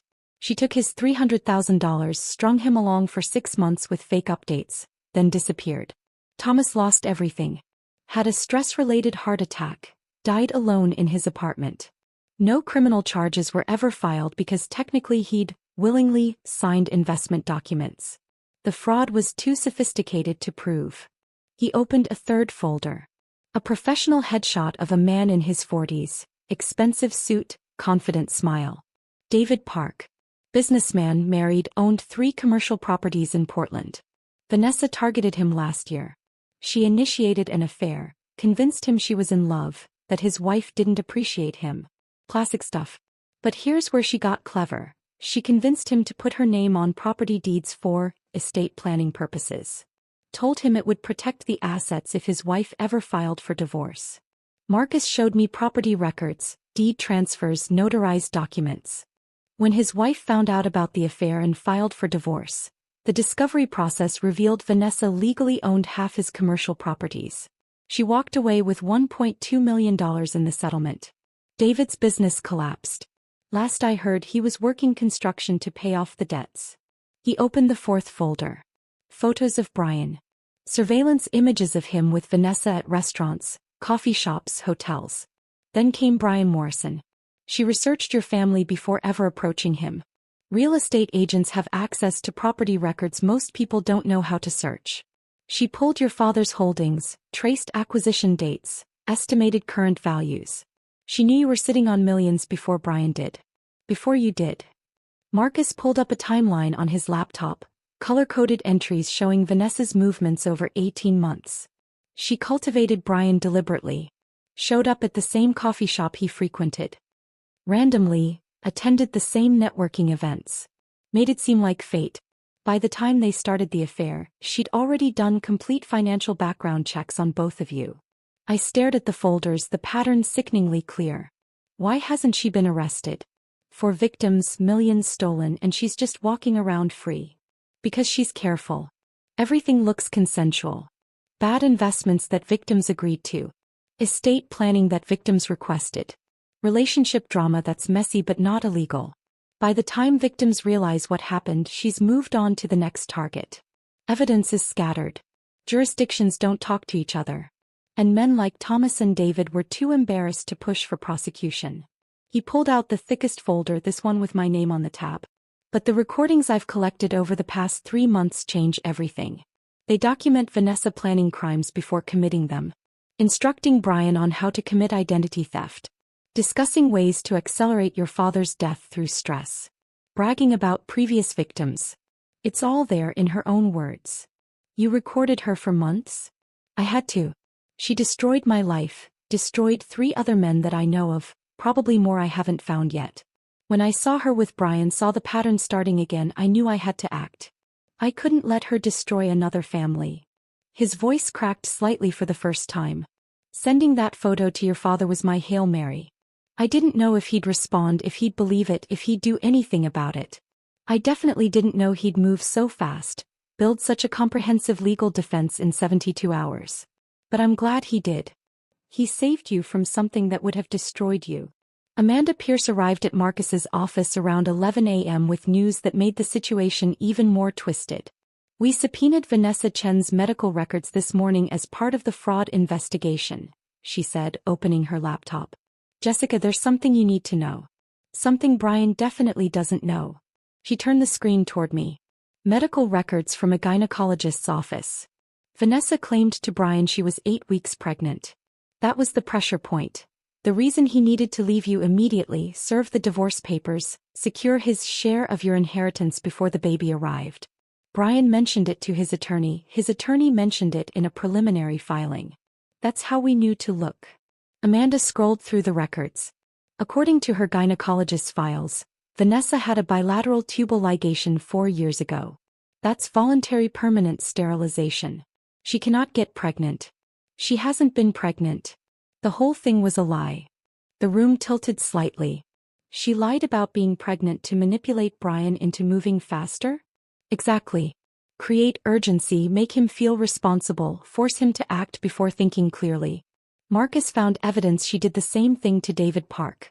Claimed pregnancy, pushed for marriage, created a timeline that pressured him into decisions he wouldn't have made otherwise. By the time the truth came out, she'd already secured the property deeds. Marcus leaned forward. It's psychological manipulation. Pregnancy creates emotional bonds, makes men feel protective, overrides rational decision-making. She uses it like a weapon.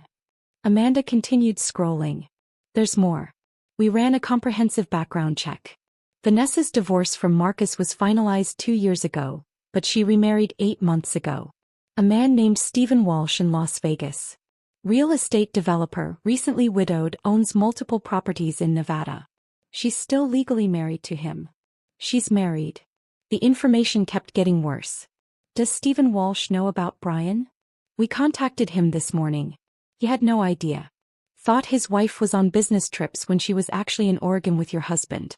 He's filing for an annulment and cooperating with our investigation. Marcus pulled up more files. Which means Vanessa's relationship with Brian is bigamy on top of adultery.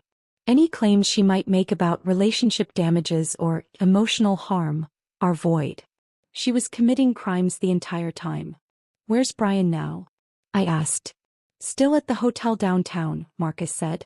Making dozens of phone calls, to attorneys, to Vanessa, to friends. He doesn't know about the pregnancy lie yet. Vanessa's been avoiding his calls since Monday afternoon when she realized there's no money to access. She's cutting him loose. Of course she is. He's useless to her now. Amanda closed her laptop. We're building criminal cases against both of them, but Vanessa's the primary target. She's the architect, the planner, the one with the pattern of behavior.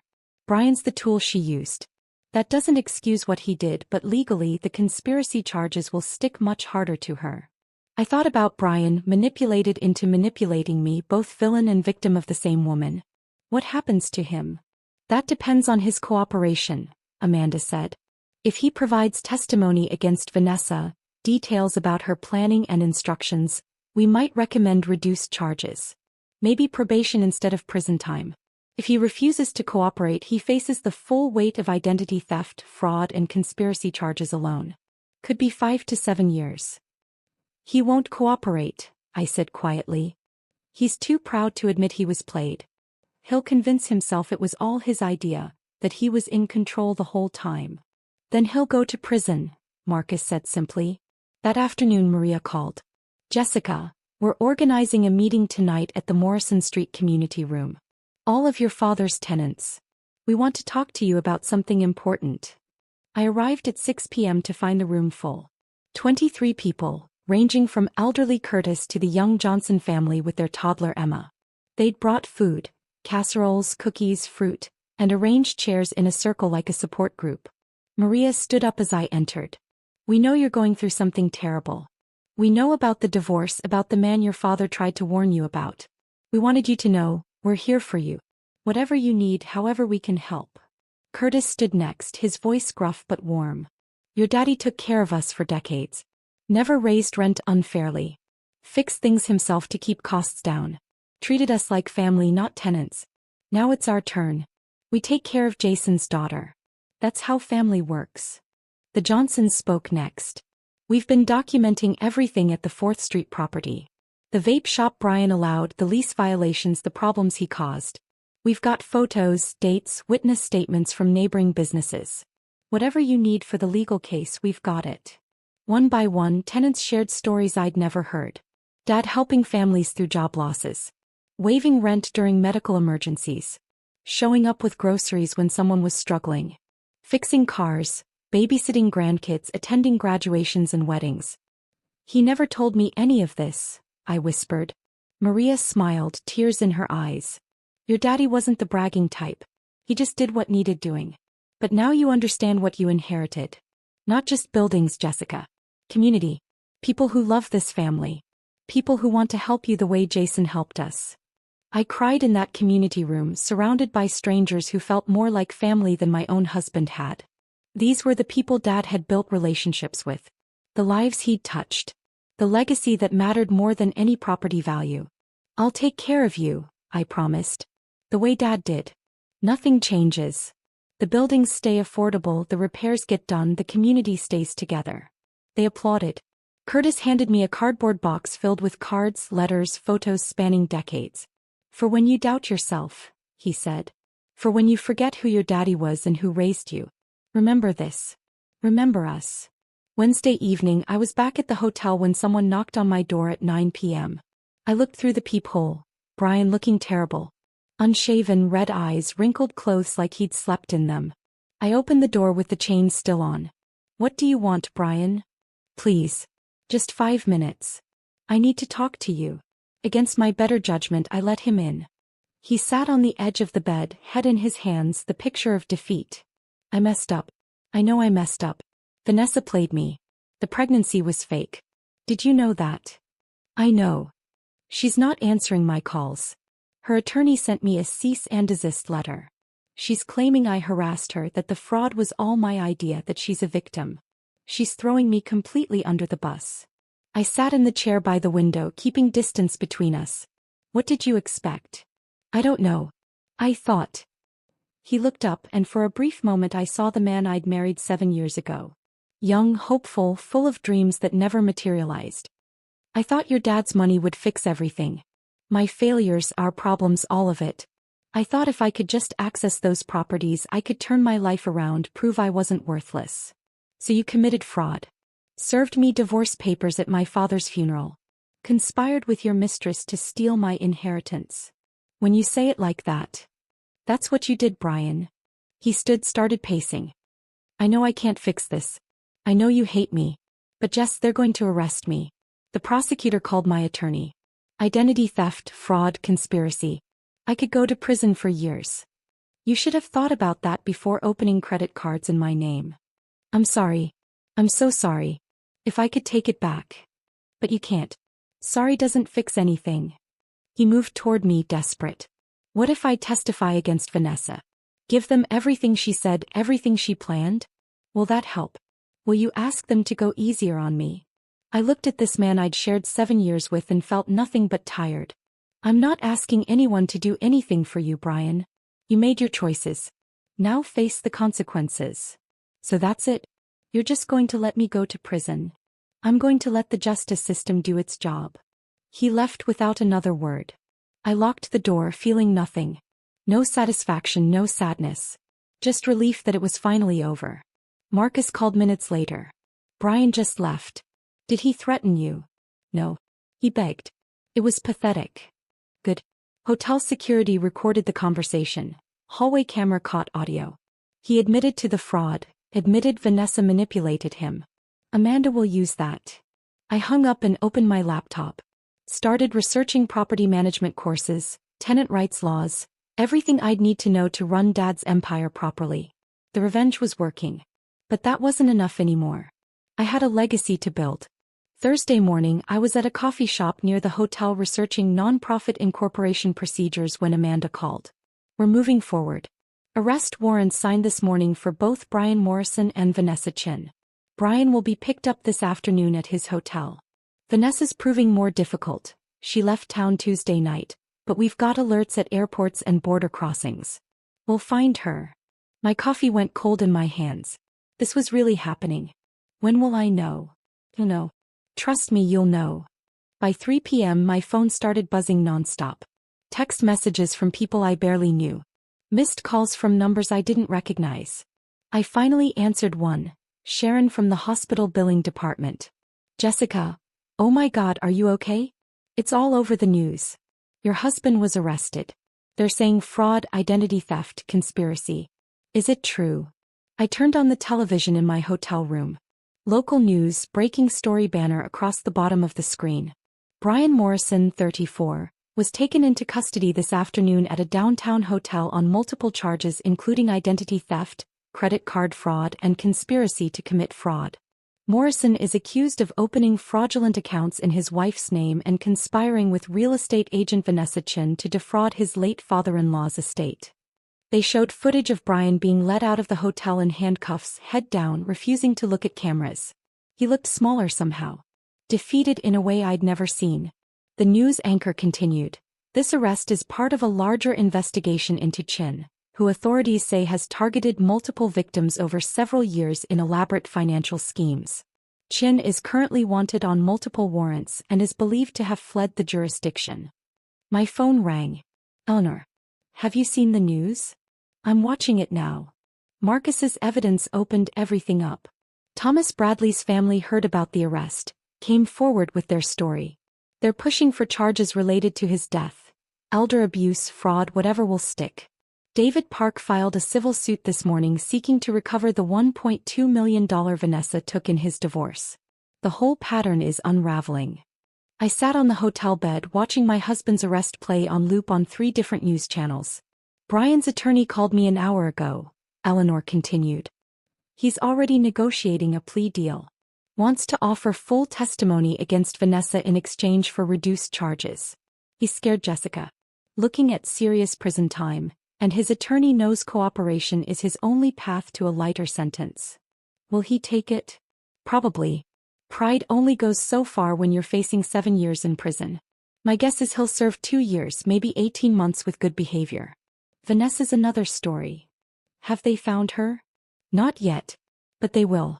She made a mistake leaving. It adds flight risk to the charges, makes bail nearly impossible. When they catch her, she's looking at 10 to 15 years minimum. The news switched to another story. I turned off the television. Eleanor, is it really over? The criminal proceedings are just beginning. But for you? Yes. The divorce will be finalized uncontested within 30 days. Brian has no claims to anything. Your father's estate is completely secure. You're free, Jessica. Free. The word should have felt triumphant. Instead it felt strange, almost hollow. I'd been operating in crisis mode for 2 weeks. Funeral, betrayal, legal warfare. Now what? What do I do now? Eleanor's voice softened. You live. You build. You become the woman your father knew you could be. Friday afternoon I finally dealt with Dad's truck. I'd been avoiding it, this last physical piece of him sitting in that parking lot behind Maria's duplex. But I couldn't leave it there forever. I drove to 7th Avenue, parked next to the old Ford pickup. The keys were still in the ignition where Dad had left them Thursday morning before his heart attack. Like he'd just run inside for a minute and would be right back. I climbed into the driver's seat. The smell hit me immediately. Motor oil, old coffee, the mint gum Dad always chewed to quit smoking decades ago. His electrician's toolbox sat in the truck bed, every tool organized exactly how he liked it. His thermos was in the cup holder, still containing coffee that had gone cold and moldy. I opened the glove compartment looking for the registration, needing to transfer the title. Insurance papers, a flashlight, his union card, and another envelope. My name written on it in Mom's handwriting. My hands shook as I opened it. The paper was yellowed, the edges soft with age. Mom's handwriting, distinctive and careful. Jessica, if you're reading this, I'm gone and you found the truck. Good. I wanted you to have one more thing from me, something I couldn't put in the official letter your father will give you. Your mother and I started buying properties right after she was diagnosed. She had 6 months, the doctor said. She made it 18, fighting every day. During those months she made me promise things. She said, Jason, we need to protect our baby girl. Build something that lasts. Build something nobody can take away from her. Every property I bought, I thought of your mother. Every repair I made myself, every tenant I helped, I was keeping my promise to her. She never got to see what we built, but she started it. The Morrison Street building? That was her idea. She saw the neighborhood changing, saw families who needed affordable housing, saw potential everyone else missed. The duplex on 7th Avenue where Maria lives? Your mother picked it out 3 days before she died. She was so weak she could barely walk, but she insisted we drive by it. She said, that will help someone, Jason. Buy it. She never got to see it renovated, but she knew it would matter. You inherited more than money, kiddo. You inherited your mother's vision and my stubbornness. Use them both. Build something that matters. Help people the way we tried to help you. And remember, we're always with you. Every building, every brick, every tenant who says thank you. That's us watching over you. I love you, Jessica. Mom loves you. Make us proud. Dad. I sat in that truck in a parking lot on a Friday afternoon and cried. For Dad. For Mom. For the family that had protected me even from the grave. For the legacy I'd almost lost and the responsibility I'd just inherited. 3 months passed. The initial chaos settled into routine. The divorce was finalized in October. Uncontested, quick, final. Brian pleaded guilty to identity theft and fraud charges, was sentenced to 2 years in minimum security prison. Vanessa was found in Arizona trying to board a flight to Mexico, was extradited back, and was currently awaiting trial with bail denied. The news cycle moved on. People stopped asking me about it. Life returned to something resembling normal, except nothing was normal anymore. I sat in Eleanor's conference room on a cold November morning with a purpose that had nothing to do with revenge or legal battles. I want to create a foundation, I told Eleanor. In my parents' names. The Jason and Sarah Hart Foundation for Financial Empowerment. I'd spent 3 months researching nonprofit structures, talking to financial advisors, consulting with people who ran similar organizations. I had a complete proposal printed and bound. The foundation will focus on helping women escape financial abuse. Free financial literacy classes. Emergency grants for women leaving dangerous situations. Mentorship programs pairing survivors with professionals who can teach them skills. Legal aid partnerships. Eleanor read through my proposal carefully. This is comprehensive. You've really thought this through. I've had time. The rental income is $18,000 monthly. Half keeps the properties maintained and reinvested. Dad's buildings need to stay strong for the tenants. The other half funds the foundation. That's $9,000 monthly for programming, grants, education. It's not millions, but it's sustainable. Marcus, who'd become an unlikely friend through all of this, leaned forward. You could scale this. Partner with domestic violence shelters, legal aid organizations, community colleges. The model is replicable. That's phase 2. Right now I want to start small, do it right. I'm enrolling in classes part-time starting January. Property management certification and social work basics. I want to understand both sides of this. The business side and the human side. Eleanor set down the proposal. Your father would be so proud of you. I hope so. I'm trying to honor what he built. What he and Mom built together. Maria had volunteered to help organize the mentorship program. Curtis offered to teach basic home repair and maintenance skills. Practical knowledge that helped people save money and feel capable. The Johnsons were coordinating childcare during workshops so mothers could attend without worrying about their kids. The community Dad had built was expanding, becoming something bigger than any of us alone. We launch in March, I decided. 6 months from now. That gives me time to get the nonprofit status approved, recruit board members, set up proper infrastructure. We'll hold the first workshop in the Morrison Street Community Room. It feels right starting there. December brought Vanessa's trial. Amanda called asking if I wanted to give a victim impact statement. I didn't hesitate. Yes. I want her to hear this from me. The courthouse was smaller than I'd imagined. Plain. Bureaucratic. Fluorescent lights and worn carpet. Vanessa sat at the defendant's table in an orange jumpsuit, her blonde hair pulled back in a simple ponytail, no makeup, looking ordinary in a way that felt almost offensive given the damage she'd caused. When the judge called my name, I walked to the podium. Looked directly at Vanessa. I don't hate you, I began. I probably should, but I don't. You tried to destroy my life. Manipulated my husband. Researched my family like we were marks instead of people. Planned and schemed and lied for 18 months. But here's what you didn't understand. You can't steal what matters most. Vanessa's eyes met mine. Still cold. Still calculating. Even now looking for angles. My father built an empire, yes. But it wasn't the buildings or the money or the rental income. It was the relationships. The tenants who loved him. The community that rallied around me when everything fell apart. The values he taught me. You can't steal that. You can't manipulate that. You can't forge documents to take that away. I pulled out a photo I'd brought. Dad in his work clothes, smiling, standing in front of the Morrison Street building. Held it up so the judge could see. This is Jason Hart. Electrician. Landlord. Father. The man you tried to profit from by destroying his daughter. You failed. Because men like my father build things that last longer than your schemes, stronger than your lies, deeper than your greed. I looked at the judge now instead of Vanessa. Vanessa Chin is very good at what she does. She's ruined lives, destroyed families, stolen futures. She'll do it again if given the chance. I'm not asking for revenge. I'm asking for protection. Protect the next woman she'd target. The next family she'd research.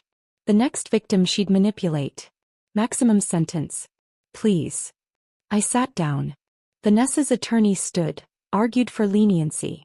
Claimed his client had been abused herself, was a victim of her own circumstances, deserved compassion. The judge listened impassively, then delivered the sentence. Ms. Chen, you've demonstrated a clear pattern of predatory behavior spanning multiple years and multiple victims. You've shown no remorse, no acceptance of responsibility, no indication you would behave differently if released. You are a danger to vulnerable people. I'm sentencing you to 12 years in state prison with mandatory restitution to all identified victims and a lifetime ban from any real estate licensing or financial services work." Vanessa's face crumpled. For the first time she looked genuinely afraid. Bailiffs led her away in handcuffs. I felt nothing but relief. Not triumph. Not satisfaction. Just the quiet relief of a door finally closing. Outside the courthouse, Marcus waited on the steps. "How do you feel?" "Like I can breathe properly for the first time in months. It's finally over." I shook my head. "Dad won this. He set everything in motion. I just showed up and signed papers where he told me to." Marcus smiled. "You did a lot more than that. You honored his legacy. You're building something he'd be proud of. That's not just winning. That's transformation." We walked to the parking lot together. The December air was cold, clean, promising snow. I had a property management class to get to, then a meeting with the nonprofit lawyer about the foundation paperwork. Dad's truck was gone. I donated it to a vocational program that taught young people auto mechanics. But his legacy was everywhere. In the buildings he'd bought. The tenants he'd helped. The daughter he'd protected even in death. I was just getting started.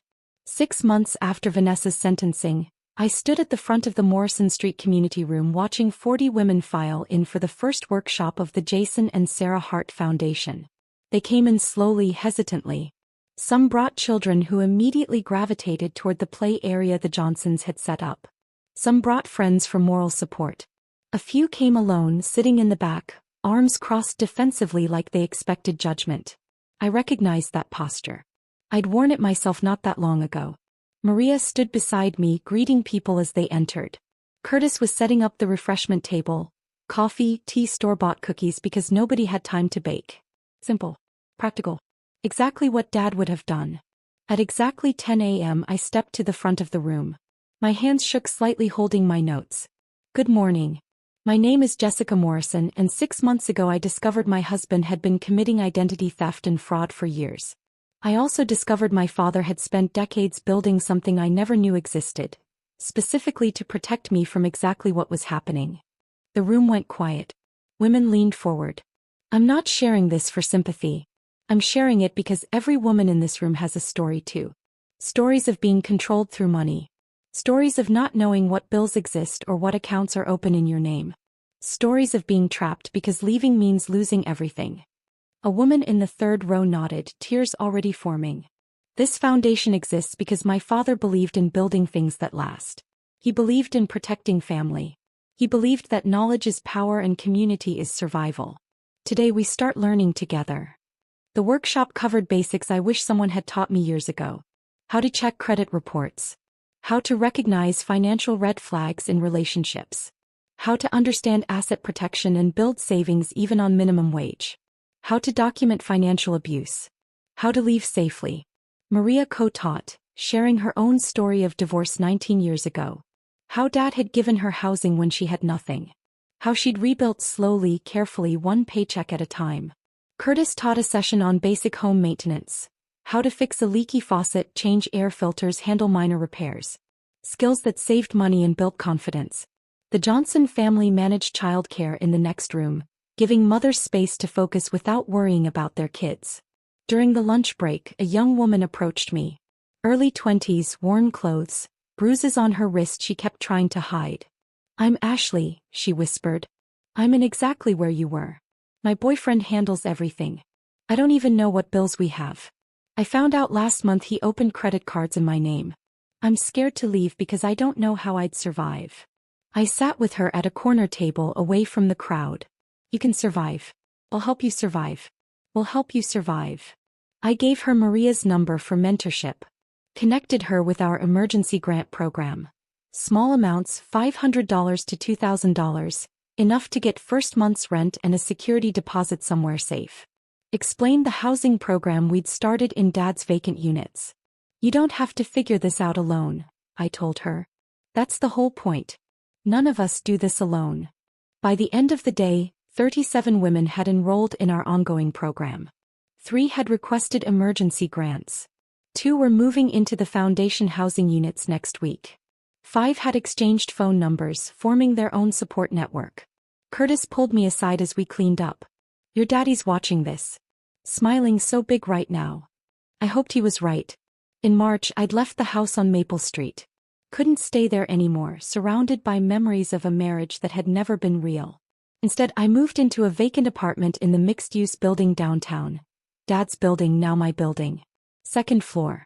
1 bedroom. Nothing fancy. But it was mine. Truly, completely mine. I furnished it slowly from thrift stores and tenant donations. Maria gave me her old kitchen table when she upgraded. Curtis built me bookshelves from reclaimed wood.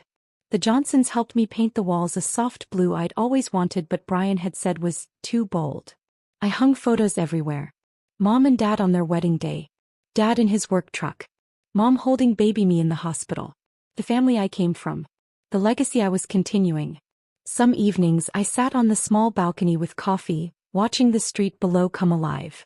The coffee shop on the corner was owned by Linda, who'd been Dad's tenant for 12 years before he helped her buy the business. The bookstore next door belonged to an elderly couple who'd rented from Dad for 2 decades and still sent me Christmas cards. The community center across the street hosted basketball games until dark, kids laughing and arguing over fouls. This was what Dad had built. Not just buildings. Life. Community. Hope.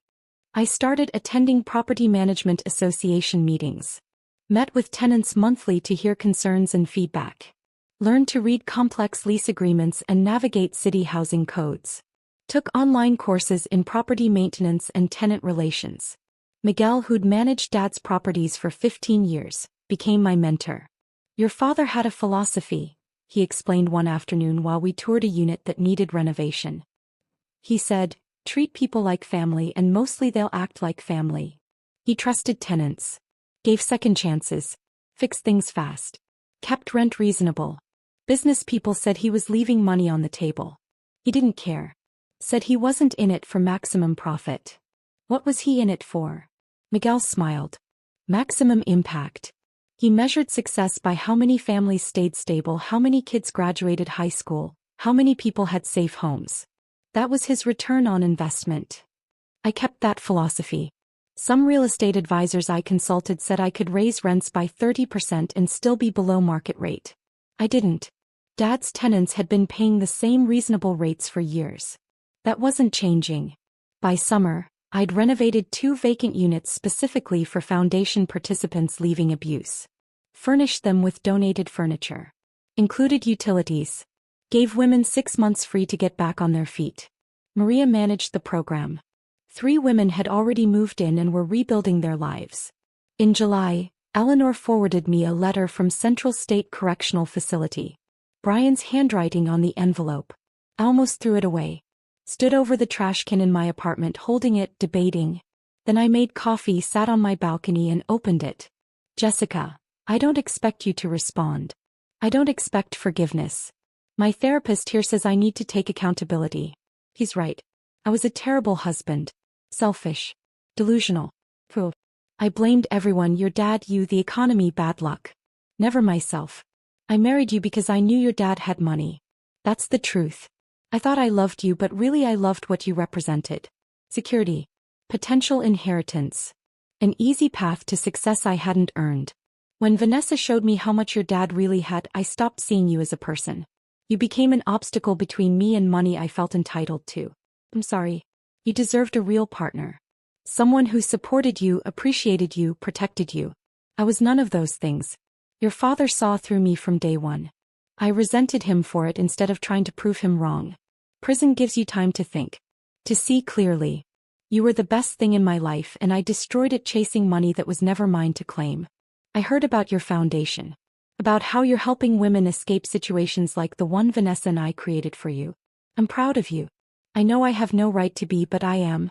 You're everything I pretended to be, strong, purposeful, building something real. I have 18 months left.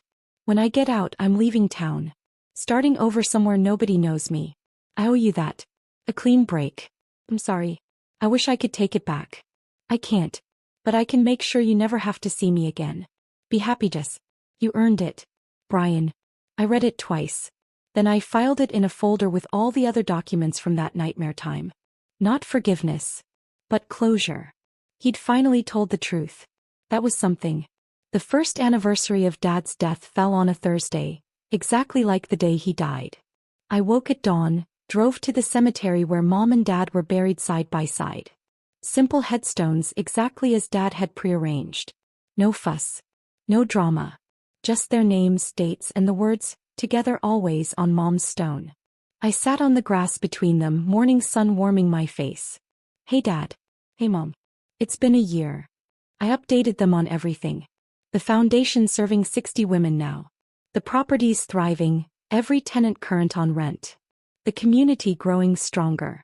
My classes.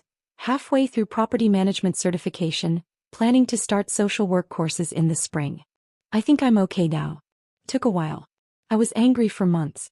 Angry at Brian for betraying me. Angry at Vanessa for targeting us. Angry at you, Dad, for dying and leaving me to handle everything alone. But I'm not angry anymore. I'm grateful. I pulled out Dad's letters, both of them worn soft from rereading. You knew. Somehow you knew you were dying. Knew what Brian was planning. Knew exactly what I'd need. You gave me money, yes. But more than that, you gave me purpose. A reason to build something that matters. A robin landed on Mom's headstone, red chest bright against gray granite. Mom, I wish I remembered you better. I was so young when you died. But Dad kept you alive in everything he did. Every property choice, every tenant relationship, every careful financial decision. That was you working through him. And now it's both of you working through me.